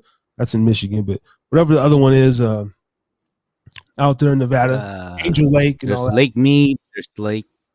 Yeah, I was thinking of Yeah. Angel Erie, but like, and you know, because supposedly there's these underground cliffs, and the fucking just supposedly a government operation going on out there with submarines. I mean, I won't doubt it because think about it. Arizona, from Arizona to Utah to Nevada, underneath there's I mean, that's And all the I blood think, shed, right? All the ancient Indians that smoked that peace pipe, yeah, and all the there's all the ancestors that truly lost their life in the Donner's Pass, right? Donner's Donner Pass, Party and that area. the Gold Mhm. Rush. Just recently in Elko, I took them to the Historical Nevada Museum, and they got the whole setup, and it shows like you walk in and you see the ranchers like making their journey, and it shows you all the animals that are in the Sierra Nevada mountains and the Lake Tahoe region, and it, you get that feel. It shows the fur and like some of the tools that they would use to cook and kill animals with. This spear was found in Ely, Nevada, date 1894 or some shit or whatever it was. 1694, I'm like, what the fuck? Can you imagine like people went over there like Colorado, Wyoming, North Dakota, South Dakota, and all those used to be like really happening places, man. Like South Virginia and Nevada is like you feel like you're back in the Western days. It's like people actually live like this. Like, wow. Can you imagine this? Like people like used to mine silver and freaking gold and damn whiskey and shit. I love that kind of stuff, man. That nostalgic stuff, man. I'm all about that shit, man. I like that kind of stuff. But nah, I can see why, because there geology is one of the main UNR majors because there's a lot of minerals. Nevada, Utah, Arizona. Geography. That geology, yeah. So there's a very special place and everything. So yeah. No, like I agree with you, man. There's certain spirit and everything that goes around there. But anyways, like, where were we? How did we get started in this thing? Anyways, Griner. Yeah, we were talking about there. Griner. Talk about Griner all the way to prehistoric rocks and spears to kill animals. What the fuck? The Great Nevada. Oh, side note though, I don't give a damn the whole buried, cremated bullshit. I don't give two fucks about what happens to me after I die. But for while I'm living and it sounds cool, I've always told my mom, yeah, sure, spread my fucking ashes, but I do want them spread, over the Nevada plains, the Nevada desert, and like, that whole vibe out there. I just want to like roam. I'd like to come back as one of these gods. And my territory, I'm gonna take just when you get past West Windover on the I-80. I'm gonna take that whole region, boom, all the way to Lovelock, right? And they say like, I want Reno, but they're like, nah, B, nah, B, you gotta fight for like the region territory because the other god, the god of whatever, has. I know you don't like hearing this god talk because there's only one for you, but I'm just saying in prehistorical, in these mythological terms, having the seriously, man. Okay, what if God Himself? Let me ask you this, Ray. Mm-hmm. Okay, can we segue? Since let's do it. We're 2.5 hours in, man. We got some, people up in the building. Shout out to everybody. Okay, this is gonna segue into your. Now, me and Ray talked about. Well, actually, I brought up to you this week. I had this idea, poof, out of my head. We were talking, and I'm like, wait a minute. Let me change the lighting for this one. So Ray here, you guys have heard the Talk Teach Truth, and last week he kind of, it's the he's got the name. It's it's out there and everything, but we're gonna forego all that shit, right? Mm. And don't even have to give him too much of the breakdown, but pretty much some of the clips that I do not use on this channel, Harris is Drinking Again, is going to now go on Ray's channel, Talk Teach Truth. And specifically to make this show doper and tighter. That's really on my mind, man. Like I like sitting here ranting, but I want something tight, clean, and presentable. Like you know what I'm saying? I just want to come and hit eventually. I'm finding my groove, so I get it. But eventually I'm gonna come in here, boom, boom, boom, boom, boom, fire, fire, fire, out. Boom, and not do all the loose crazy shit, but with time. But what I am saying now on the channel is every week we're gonna do a segment with Ray specifically, Justina as well, and I've sent you the link. Hope you're out there tonight, girl. You're more than welcome to come on. I would like to do a segment with you, whether it's a 3 to 5 to 15-minute segment, every week, and any artists that want that as well. But Ray, for you, I don't know if you've came up with the name yet, but we were gonna do like a 3 to 5 minute kind of like a Talk Teach Truth segment. I'll transition. I'll have it in the top right here, and there's gonna be no cursing. Ray, really let Ray, shine on his more biblical, just more truly what he want to talk about, but also clean content that he can post, that we can post on his channel, that also brings a new audience. If I said that correctly, do you want to kind of elaborate? Yeah, thank you. On Yeah. No, thank you for the introduction. Thank you for the opportunity. yes, I guess first and foremost, I'm really proud of the name Talk Teach Truth, because it's nothing more plainer than that. You talk, and when you talk to someone, I truly believe every time you and I have a conversation, I'm always learning something from you, and then when you talk, you teach, and of course, you don't want nothing coming back to you, so you talk about the truth. But in today's world, there's what is the truth, right? And for me, the truth is this: like, we live life, and everything that life has to present to us, everything that life presents to us, there's a character there. That's its source came from the word, from the Bible, and that's something that I don't see a lot of, like, maybe hosts. And I don't want to build Talk Teach Truth to be like this churchy ministry. It's about, that's exactly what it says, plain as day: talk, teach truth. Now, I know Harris basically said there's no cursing here. I'm not saying I'm not allowing people to curse.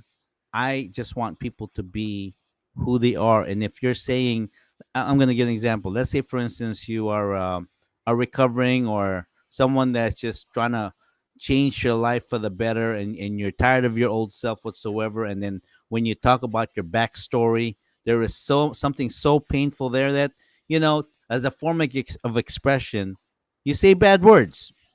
Okay, maybe the F bomb, maybe the whatever. That's allowable, because to me it's all about the truth. And I think that's what we need more today, is that why we have this Harris is Drinking Again. And why did we call it Harris is Drinking Again? Because we want to talk things over, because that is the biggest, I think, healer of, and also preserver of relationships. And right now, when we are living in a world of where just whatever energy that we have, it's separating. Like, our country is divided right now, families are divided right now, nations are divided right now. Everything is within category, and everything, like, a lot of things are not sinking in this universe right now. And perhaps these shows, Harris is Drinking Again, Talk Teach Truth, is gonna have people communicate again. That's why we talk about, like, don't be so sensitive, don't be so defensive. You know, learn how to communicate with others, because that's the only way that we can resolve things. So I'm having this because I truly believe that in every person or every man's experience there is a biblical scripture that matches that experience. And am I creating the show to, bring more people to church? You know what? I go by this. You bring yourself to church, not me. I got nothing to do with you developing a relationship with the Heavenly Father. That's up to you. And if my show is gonna basically, I don't know, spark up some maybe spark up something, maybe something that you will get from the conversation that I'm having, where you know what, something, then that's completely up to you. And I give all the credit to our creator for doing that. But that's basically it, what I'm trying to do: talk, teach truth. So we have Harris is drinking again, which you can basically let us know, whatever it is that's going on. Open line, open communication. And then there's another one where you're like, talk, teach truth, where maybe there's some things like, and I can share some experience. I'm turning 55 years old. Raised three children. They're in their early 20s right now. Been married for 26 years. I'm a 7-day Adventist. um I don't eat pork. I smoke weed. I say f bombs here and there. But I'm just trying to be real, to where when you approach me, I don't want you to feel like, oh, I got to have my T's and cross my I's. No, just come as you are. Let's be friends. Let's connect. That's basically what it is. So, in a to cap it all off, that's basically my intention, is just open up the dialogue that much more better, with backed up with scripture saying. And if that affects you, great. If it doesn't, oh well. you know Fire. Yeah, man. And we just figured, because I'm like, while you're waiting on getting your equipment, your setup, some personal things, your eyes and stuff you got coming on, why just repost it on this channel? What better way to recycle and use the same stuff? We're going to be doing this every week. We might as well maximize it, right? And No, 100%. And I thank you so much for giving me the opportunity to do that. I just feel like now it's gonna widen up the. I think it's gonna widen up our. It's just gonna widen up our. What's the term I'm looking for? Our range, our audience range. It's gonna widen it up. and You and, I, know. and my thought was also, I'm doing this so until you can get your platform off the ground, just like we're doing with the artists. You want to have that base. You already type in talk, teach, truth. It's gonna lead you to Harris is drinking. The you know your flock, if you will. Yeah, maybe the following. I mean, really, like okay, so we're dealing with with creating music, right? Maybe in my channel you want to create a hymnal or something like that, or gospel music or something like that, or you want to write poetry that's a little bit more spiritual in that sense whatsoever. You're more than welcome to do it on my platform. Hey, let me just say, And keep talking. yeah, and like, and then if there's something there, we can flip flop Harrison drinking. I basically what I'm trying to do here is that I'm trying to basically have an understanding. I think I think as people in general, we have completely lost the whole uh understanding of dialogue. That's why we have these stupid cancel culture, this politically correct, this Me Too movement and all that, because really, you know, we have lost ground on our most humanistic form of endeavor. And what is that? Communication. We have lost that. That's why marriages are breaking up. More kids are growing up in like dysfunctional homes. We can't get shit together because we just forgot how to really communicate. Everyone is so super sensitive. Like everybody thinks they know. Like, and that's what the Bible says. In the ending of times, people are gonna be lovers of themselves. That's what it says. It even said that, you know what, people are not gonna be into marriage. That's what's happening now. In fact, there's also gonna be a time where it says in the Bible that people are gonna tell you, don't eat that, don't eat this, don't eat that, don't eat. Like, look how crazy we are when it comes to like food nowadays. Or is that vegan, or is that gluten free, or is it sugar free, or oh, I don't eat pork, I don't eat this, I don't eat, whatever, or I don't eat shellfish because Leviticus 19 said not to do that. We're just trying to open up the dialogue to have a more human understanding amongst each other. That's really what we're trying to do. No, absolutely. Yeah. So that's gonna be Ray. Talk Teach True segment with Ray G every week. At least here. This is fun. It's gonna be even. And then off the hook. And then now I'm not gonna consider even that rant. You just talk for 9 minutes. Straight almost. Just Jesus. But anyway, no. I'm not even gonna consider that the one. But what I mean, similar to that. And I'm talking about. I'm gonna get this thing right where like I literally press the button, and that's like, it's gonna be like a transition, like every like clockwork. Like we gotta figure out like 15 minutes, 20 minutes in, 2 hours in, to where it's like, oh yeah, like I'm gonna stick around until like look, because like just after 3 hours these motherfuckers do like Ray's rant or whatever it is, like right. I want to get shit like that. Anyway, press the button. Oh man, there's gonna be a lot. I can foresee it. There's gonna be a lot of people that's gonna come out of this channel, man. We're gonna discover. There's gonna be like, whether you call it Def Comedy Jam, whether you can call this like, this is what's the word for that? It's a word where, a lot, like everyone have their beginnings. Like I see Harris is Drinking Again pull in a lot of like amazing talent in this video. I can also see that there's a lot of people's lives are gonna get better because of this channel. I truly believe that. A lot of people are gonna wake up, and really say, man, why am I learning so much from those two stupid motherfuckers? 4-hour shows on a Thursday, talking shit, talking about like ass cracks and calling everyone. But I learned so much. I can see that. I can see that in the show. A lot of people are gonna get their base from the platform. I truly believe that.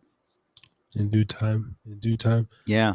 I don't know. What do you feel about that, man? Are you scared, excited, indifferent? Scared of what? Shit, I'm ready. Scared of what? I'm ready. Look at you. Like, I'm ready. Shit, what you waiting for, man? I'm ready, man. Man, motherfucker, that's what I'm saying, man. Like, motherfuckers thought I was like serious, when I was in my early 20s and this rapping shit, bro. Like, this is a different, you sit back. I'm a man now, bro. I see things more clearly. I'm still reading, still growing, still like figuring shit out. I'm gonna be different when I'm 40, still probably like hopefully just better. Like, but no, you will. Yeah, it's ready. Inevitable. You're gonna just be better. Absolutely. I'm ready though. And then honestly, like even there's nothing I'm really gonna say that I'm gonna regret. You know what I mean? Even if they try to later on, oh, you said, yeah, I fucking did.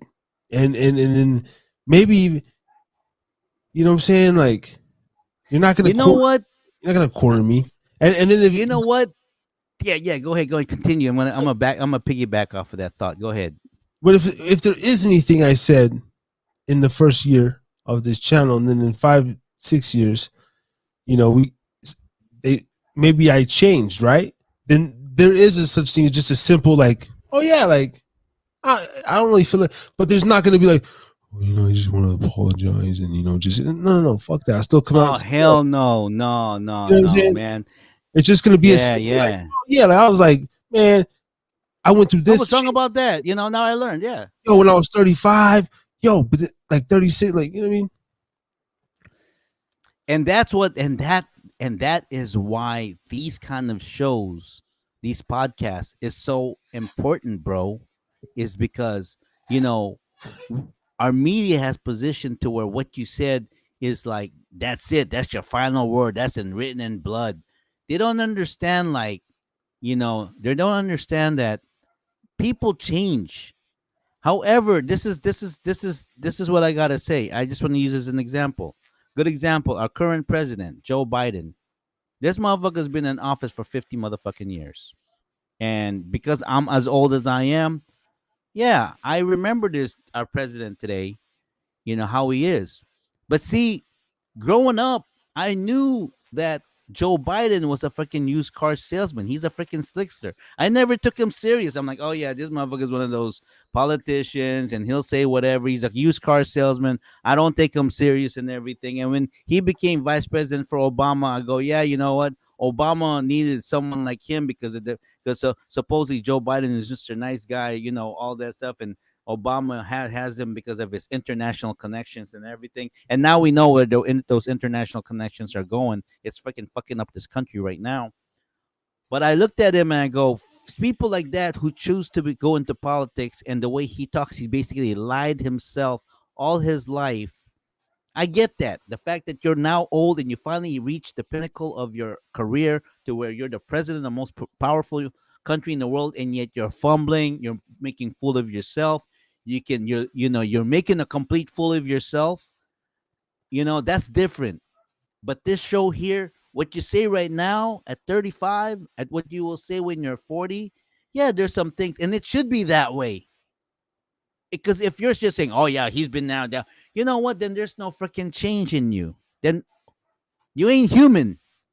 You ain't human. You get guy that you get a person who became dad to first child. They're a different man after the third child. That's just the way life is. You gotta accept the changes. And I think this is the direction that our podcast can lead people, where I truly believe that maybe the word teach is a little too strong. I would say maybe we can influence people in general to learn how to be more cordial, accommodating, respectful, to be able to talk to each other, dignified way of talking, rather than, like, I understand why we had the culture, because you know what? Because sometimes we're a little too fucking harsh on each other. It's too hard, it's too rough, you know. And when we start using Harry's words, drinking again. like, I know some people, that's just people saying stuff, like a simple word as bitch, or is it kind of like this, kind of like imagine if you was raising your kid, and the whole time his name to you is like stupid fuck, and you're joking, your dad, that's just dad fucking with you, but your dad, but you call your son or your kid, hey, stupid fuck, all his life or all her life, you call her that. You know what? That's gonna affect them later on when they become adults. They may not show it to you because, it's just that, this and that. In front of you, it's not affected. But deep inside, there's like, man, all my life, my dad called me stupid fuck. It's such a negative, derogatory stuff. And then some people are gonna go, oh man, oh, he's just so sensitive and everything. No, you gotta, like, it's not that he's sensitive. It's called, we're people. We're sensitive. We're just naturally sensitive by nature. And there's a time maybe you calling someone stupid fuck was like cool, but you got to know how to freaking stop that shit. You got to be able to read the other person going, oh, Tommy's already like 14 years old, and he's starting to grow hair on his balls, and he's starting to look at women's titties and shit like that. Maybe I got to stop calling him just Johnny instead of stupid fuck, like I've always done all 12 years of his life. That's one thing I'm talking about. We have to be a little bit more conscious of and everything, because that shit affects you. And people have a good way. There's a lot of people my age still have low self-esteem. And why is that? Oh, because because my parents this and that. Well, and then we're gonna look at, well, you know what? You're the dumb idiot that fell for that shit. You should already know. But think about it though. It's like that's why in a way when you call a female a bitch, the definition of a bitch is a female dog, and a female dog is, you can't blame it. It's their nature. A female dog, when it comes to a certain type of time of the year, the female dog will fuck any male dog. That's what a bitch means. A female dog will fuck any male dog. So when you call a female a bitch, that's what a female dog does. It's not their fault. It's just the way they are. Even if you fix them, there's a time, their libido is like high because it's mating season, but if we kept calling, our women, bitch this, bitch that, I mean, it sounds funny, but it also kind of affects them differently. You can say, oh, it's so, no, it's not. It's just, like I said, if you've been calling your kid stupid, stupid kid or whatever, that kid will internalize that. Will affect them? I don't know. Yeah. We don't know. So Yeah. we just got to watch what we say amongst each other at a certain point in people's lives. So Starts with you fucking foul, vulgar motherfucker. I know, man. Sit here call people bitches every Thursday. And then I know, man. Your vulgar ass and me over here just With my vulgar. Yeah, no, we're both vulgar, man. Cocksucker. Calling people cocksucker and fucking, Then we could do that. Harris is drinking again because everybody knows all love, brother, man. It's all love, Well, I got that from Joey D. Like, that's some Joey D shit. Like, you cocksucker. Yeah. He say when he's mad too, but like, hey man, fucking love you, cocksucker. Fuck you, motherfucker. But as real people though, it's not like we're gonna like do that, because let's be honest. I mean, we're like small time. Yeah, I told my cousin the other day, text him, like I said, love you, piece of shit. Yeah. You know what I'm saying? Hey, you piece of shit. Yeah. But like, yeah, I would never like shit, man. You talking about the children, shit. Like, hey, son, good job, good game, piece of shit. Like, oh hell no, I'll never say something to my kids. I kind of feel bad about that because to my kids, this is how I raise. We raise me. Okay, it's like to my kids, they know that dad is serious because I start speaking my native tongue. I start speaking in Tagalog, and I don't give a fuck if they understand me or not. I tell them, you know what? You're gonna hear me talk my native tongue in front of you, and you're just gonna figure it out. Yeah. And I called all my kids. Finish there's this word. Go ahead. Yeah. We'll go on that. Because no artists are tapping in. So after this, I might want to spit a couple flows and then Oh yeah, absolutely. It's almost like but, the third hour. Yeah. But I mean, but I wanna explain to you, like, I called my kids tokwa, and tokwa is tofu in Tagalog, tokwa, and that's kind of like a small derogatory. I'll call him tokwa, or I'll call him like gago. Gago is like, you dummy, whatever, right? For fun. But and even that, I'm kind of like, wow, I hope I didn't, it's just play talk, I just hope that it didn't affect their. I just hope it didn't affect their. When you think about it, growing up, like now it's online stuff, but bro, like we used to hear harsh talk, like growing up, right? I remember just when I was maybe started to go into like 8th, 9th grade, we heard talks of parents started to complain, like little rumblings of how it is become now as far as football. Like my son is doing football, but for whatever, I don't know if it's this league or they still got tackle, but he's doing flag football. Right. And I think that's cool to start anyway. I don't want just 6 years old and all getting hit, like just break them in, like get them out there running them the basics, little flag. Yeah. But yeah, like I think all that shit did take effect. Coaches would call me slow, right? Dumb. Teachers call me dumb. I had a couple teachers, tell me I was dumb. One teacher, fuck, I don't even fucking know his name. couple, but one specifically in Las Vegas. And this was my fault too, because he would literally set the paper on my desk and I would just flick it off. Like a dick, bro. Like a dumb little, and I get it, bro. Because if a motherfucker, I couldn't be a teacher because I'd be on World Star, so I'd be like, boy, you better get your What grade were you again when your teacher was doing this? What grade were probably you? like 8th or 7th, I don't know, some shit. But Like second grade?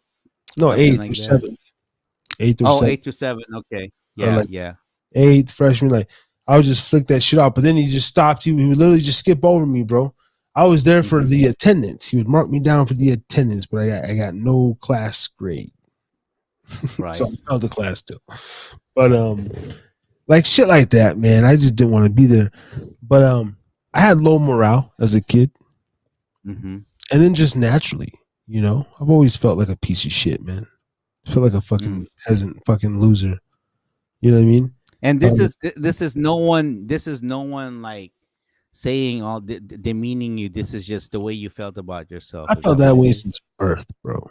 Like ultimately, like I have like a good core, but I've always felt like, I don't know, and maybe it's from people doing stuff to me, when I was a little kid. I don't know.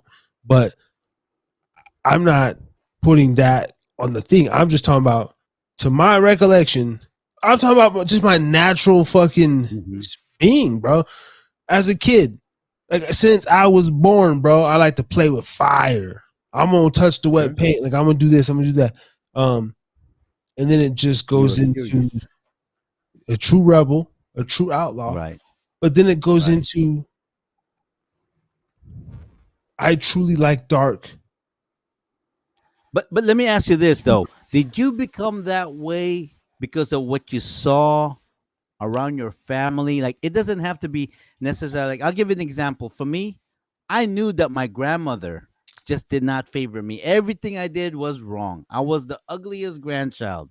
Like, everything I did was wrong. Everything that my sister and my cousin Vince and my cousin Patrick did was great. My grandmother used to tell me I was ugly. My lips are too fat. My nose is wide. Freaking, I got freaking chinky eyes. I'm ugly. And so that's how I felt, and then at the same time too, my family, they like to cap on you and stuff like that, especially me. Like, I'm not, as far as the grandkids, I wasn't like the straight A student like my sister and my cousin Vince.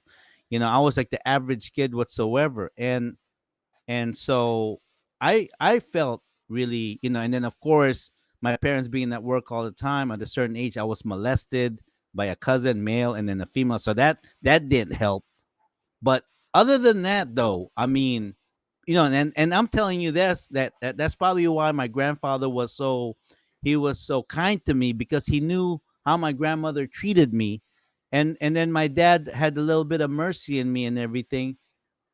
But that's how I was treated. But for you, like you said, being dark and all that, is it is it the environment, like you said, like your mom, you would see like your stepdad beat her or something like that? Did that affect it?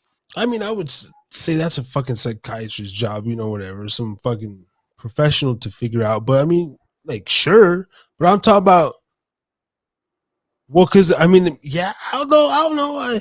Like, I'm not trying to be the victim. Like, oh yeah, that's just No, not the victim. It's just also the shit that you saw. Because to me, growing up in a third world country, honestly, if you ask me that, bullshit too. No, I feel like that's my fucking goddamn natural spirit, dude. I feel like if God created me to fucking go against the motherfucking grain. He created me in the motherfucking spirit of the motherfuckers that go against the grain.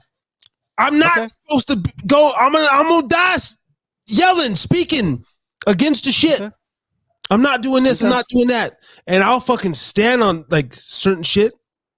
Maybe like, so basically what you're saying, that's just your natural personality. I've always I always laughed at murder. I've always so now I'm a squiddish little bitch. I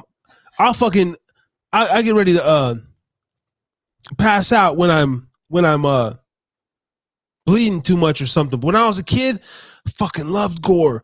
Man, all that horror shit. Used to see an accident and get infatuated on that stuff, man. when I learned about the maybe like 13, 14, man, we're not gonna get deep on this at all, but scat, like weird shit like that, fucking searching the web, bear share. And then I found out about the dark web, the fucking weird guy in this one part of the But world. that kind of stuff fascinated you. That kind of stuff fascinated you. Yeah. That was later in life. That was like 2000, whatever. Yeah. But I don't know, just like in natural, and that's what I'm saying. It's not like I'm fighting to go against the grain, or give me a logic. To me, this logic. Maybe I'm delusional. Maybe I don't think so. But there's something there to where I feel like I'm pretty fucking sane, dude. And the world is crazy. The world believing weird shit and everything. And I'm sitting back and I'm like, this movie is not funny. Like these shows, all these shows that you guys claiming they're not funny. And honestly, even the Breaking Bad, cool, I get it. I got stuck on some shows. I can name off some shows too, but they're still stupid. I feel stupid for watching them and investing my time. Like I'm like, I just especially now when you can stream them some of these shows, especially now when you can stream them anytime you want to. In other words, you can watch them like multiple times. You really see like, damn, I really watched this shit. I'm sorry. This is like, this is really stupid. Yeah, no. Like the cut scenes, just some of the banter, you know, even how we do things as Americans. Like there's nothing more. Okay, my job, cool, man. Like make good money and everything. I go up in there, blah blah blah blah. But what I hate about all jobs, and every working American can just attest to this, whether they might not hate it, but they're not going to tell their coworker that they really don't like it. See, this is okay. Let me rant on this for a minute, man. Just for 2 seconds. 2 seconds. 2 seconds. Let's bust a flow and we'll wrap up here in a minute, man. I even tell my coworkers this, man. And today, shout out to you guys, the few. They always invited me out, you know. And God bless them. And God bless this one amazing woman, man. Always doing stuff. If it's your birthday, buying cakes for the crew. Like, you know, you got those people that just, no matter whose birthday, just caring like that. Yeah, bro. In my true nature, bro. I'm not talking about this. Ain't no fucking front. Some of the stuff I acted up and everything, but for the most part, I just go through life, and I'm lucky to have gotten this far. But like, I don't sugarcoat. I don't want to be at your motherfucking like. Nothing. I don't. If it's something, like I said, if it's really meaningful, because I'm a selfish guy, but this you know, participating in like out of work stuff, or you know, a friend's meaningless like a get together or some shit like cousins, quinceañera, fucking all this weird shit. Like, well, actually, those are cool to go to. You know, free beer, free food, shit like that. Like, you know what I'm saying? But the other just shit. Even those are kind of like, I've been to fucking, you've been to one quinceañera, you've been to, you know, you'll go, whatever, but it's not like this. But anyway, I don't sugarcoat it on them either. I let them know, man, I'm here to get the dollar, bro. I don't give a fuck about none of y'all on the real. Right. Because, you know, because we're only here to work. Ain't none of us, this is what I'm talking about, though. If you go to work, because we spend more time with our coworkers than we do our own fucking family and shit. Yeah. I actually don't. I don't want to jinx it right now, but I actually got the favor in my hand just by a few hours a week. God damn it! I actually spend 4.5 more hours with my son than the average American, so I'm doing pretty good. But no, like but let's say outside of work or at work, we weren't talking about work outside. Like I can't stand going to some coworker lunch and we sitting there talking about the same shit. Yeah, shop talk after work. I hate that shit. Bro, if we're all there, wait, shout out to Jody because she bought me 2 books and we talked about maybe starting a book club or something like that. And I could even see us doing a weekly online book club right here on YouTube. We just read, you know, you read it because look at this, man. You're long-winded. You like to talk, you know, you go off of, you know, I get mine here and there, boom. But what if we had a book reading Let's try that actually one day. Let's do it. You read a paragraph. I read a paragraph. What book? What book would you want to read though? Like something like thick and heavy, like War and Peace, or what do you want to? What book would you start on? Let's do that. Let's do an off the cuff book read. Like, what do you want to do? Like, read Lord of the Rings or some shit like that, or Hey, some we would kind have of to have the same book. historical. What books? Like, what kind of? I don't know. I got a bunch of shit, but I don't know if we have the same books currently. We kind of have to have the same book, huh? Well, I mean, you can read it online and everything like that. So and what would be a good book to read that you and I will learn? Okay, first of all, I'll shout out to Robert Kiyosaki because I was listening to some Robert Kiyosaki on the way to work. Rich Dad, Poor Dad. And he was I got a couple audio books as well, but I was listening to some shit on YouTube, and he was just saying the rich don't work for money. Only poor people work for money. And that he's asking the girl, did you understand that when you first? No, I just now I understand it. And, I get it. Yeah, we go to work. He said, what do you like about this job? Well, first of all, I tell everybody, I'm only here for the dollar.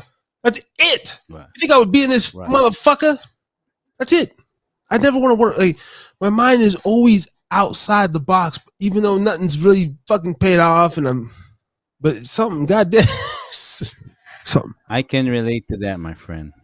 I'm hanging in there, Ray. I can relate to that, but maybe the reason why you can stick to your job is because you know how to play the game like that. Like you may have this thought in your mind while you're working, but at the same time, my problem was I go in the company, I'm working.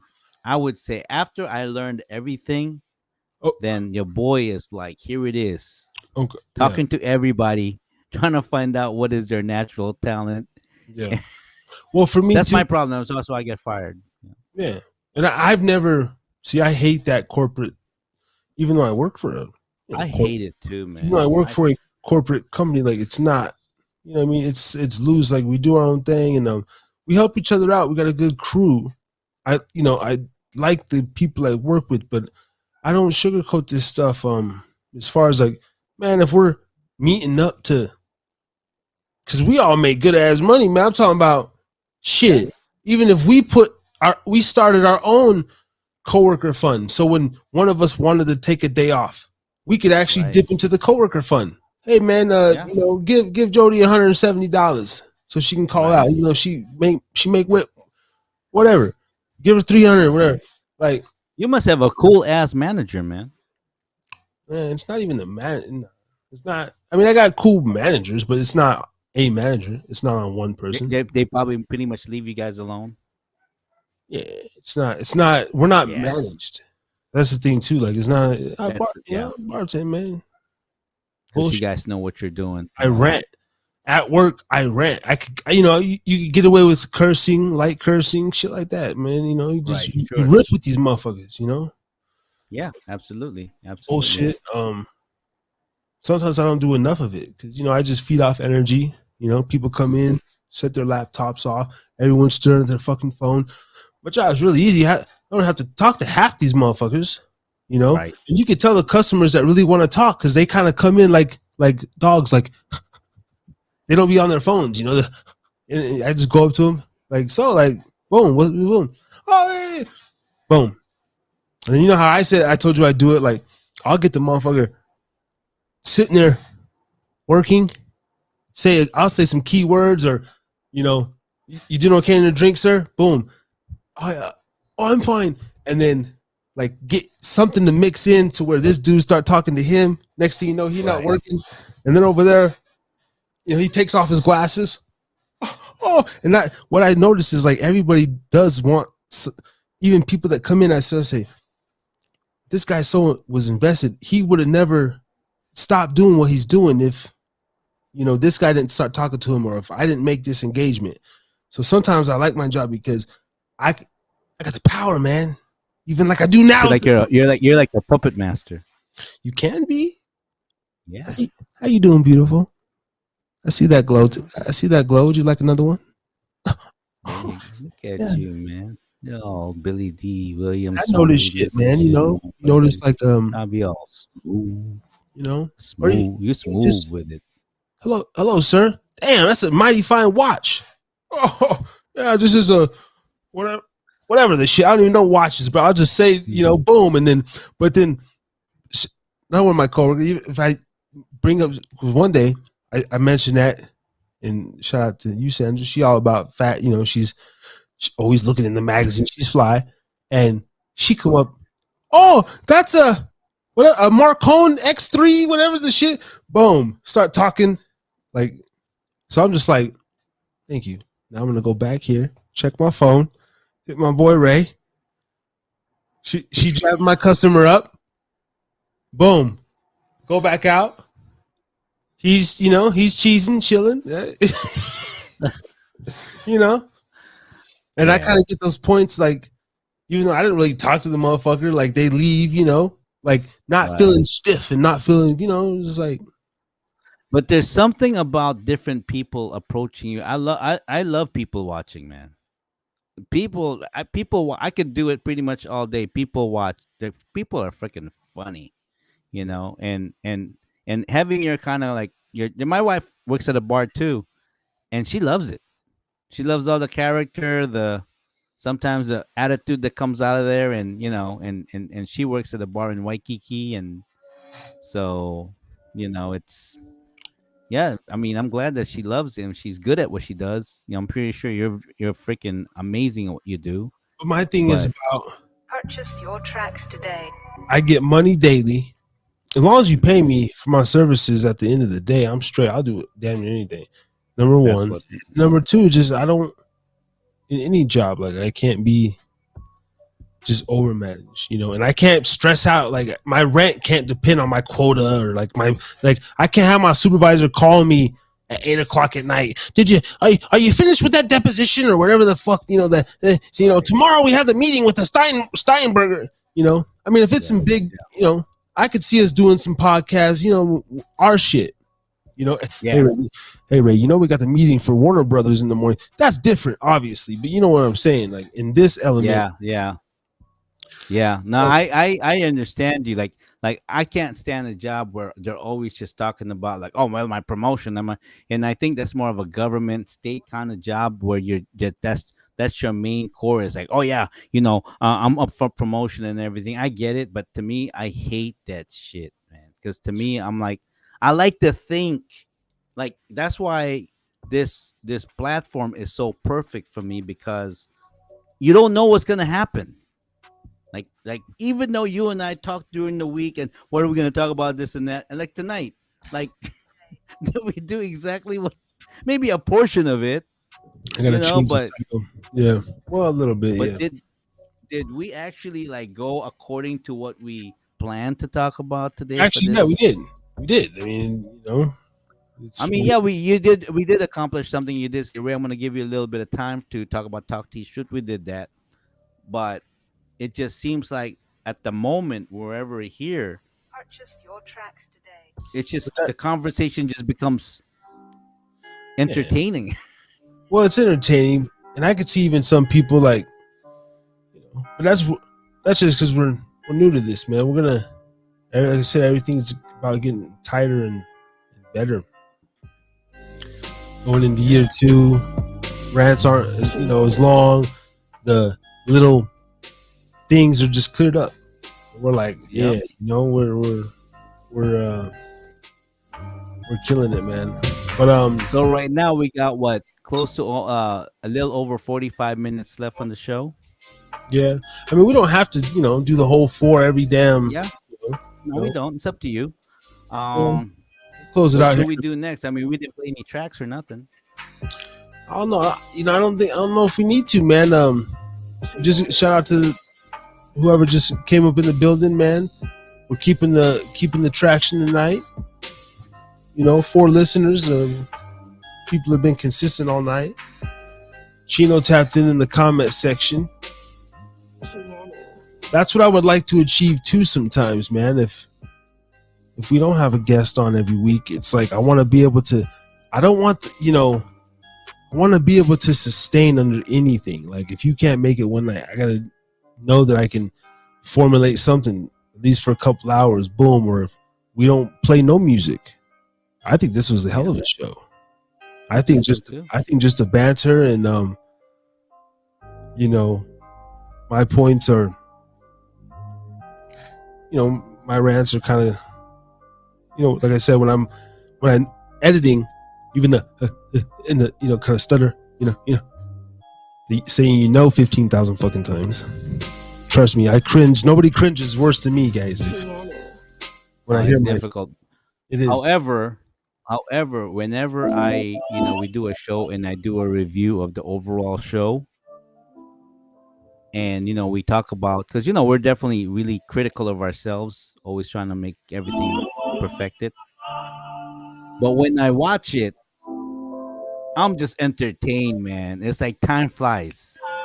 And part of me is going, am I doing that because I'm full of myself, or is it, or are we really that entertaining that to where I can say that? I know it doesn't feel right me saying that about us, during the show, but for real though, like episode 28, watching that whole thing set, I just found myself like, no, was it 20? When was that, when that transgender, I was when was that? 27. 27. Man, I couldn't stop laughing. And it was felt kind of weird because I'm laughing at my And I was doing comments, and I'm 27. going That was the off the cuff or whatever, but off the cuff, yeah, off the cuff, something that Sunday, yeah, something like that. And I couldn't stop laughing. I'm like, I yeah. couldn't stop laughing. Our show was just so fucking funny that day. Nah, it was, Like, man. Nah, we got some shit cooking, bro. Like we got some shit you cooking. know. I was gonna And then try. another thing too is that when we're just playing tracks and you and I just wilding out in the background, Yeah, I love that. yeah. I was, I don't know. I don't really have the freestyle spirit anymore. I was gonna do it like 30 minutes ago, but now I lost it, Ray. Well, you know what? Zonezilla, aka Therapeutic, said, I'm gonna be watching you guys tonight. And I'm pretty sure you send him the link. Where is he? Where are you? What? Come on. Come on, you gotta throw my boy here a bone, man. These artists, they gotta show up and like, look, have Dakota do some freestyle and everything, I like, sent the links out, you know what I mean? And but like we say, nonetheless, the Thursday night rant don't stop. Thank y'all for tapping in, and we yes. we scaling, man. Two clips this week. I got 2 more coming this week, if not 3, if not 4, but I got 2 more this week at least. So I'm gonna start episode 27 this week as well. And I am gonna throw Therapeutic a bone, man. I'm gonna play his freestyle. I got a freestyle clip, man, coming. Yeah, he said he got a new track, Uncle Sam something, and it hasn't been done yet. I said, man, you know what? Drop the link, man. We'll play that for you. Yeah. And it's not on this channel yet, so. Nah, we'll do it. But yeah, man, let's call it. I see you're sweating like a Hebrew slave. I'm sweating like a Oh, Hebrew am I? Is this show? No, it's like hot here, man. It's I know like, now I'm burning up. I don't got my air on. Episode 029, man. So next week, episode 30, baby. Episode 30, yeah. So I guess we calling it quits then. I said, 3 in an hour. 3 hour, 20-minute show. Thanks to everybody tapping in. Yep. We might do, Always good. We'll be in touch on the back end. Yes. Always pleasure. Hey, man, we covered a lot of ground tonight, man. Always, I gotta change the name and the title. I misspelled Trump. Other than that, we're good to go. All right. Well, I'm gonna sign out, and we'll call you on the other end. And have a blessed week, everybody. Thank you for tuning in to Harris is Drinking Again. Yes, sir. Ray G, everyone. Yes, sir.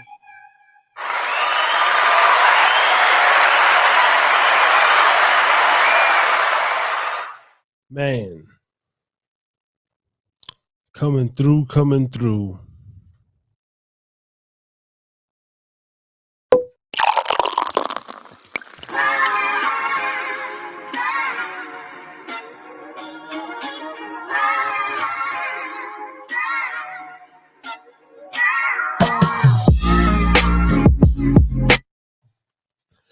Harry's drinking again. Podcast. Thanks for everybody for tapping in. Shout out to the Podbean, the Twitch, the YouTube, the Facebook. We about this biatch. Another one in the books. We'll be back next Thursday, 9 p.m. for a Thursday night rant 030. 30 weeks strong, 30 weeks in a row. Shout out to all the artists. Chino Boy Daigo, Xander Rage, S.A. Habit. Go stream the music. Type in Silver State Family on Spotify. Chino Boy on Spotify. Shout out to Steve Monroe, Source Jedi. Everybody up in the building. Harry's drinking again, man. It goes up. Yeah. Harry's drinking again.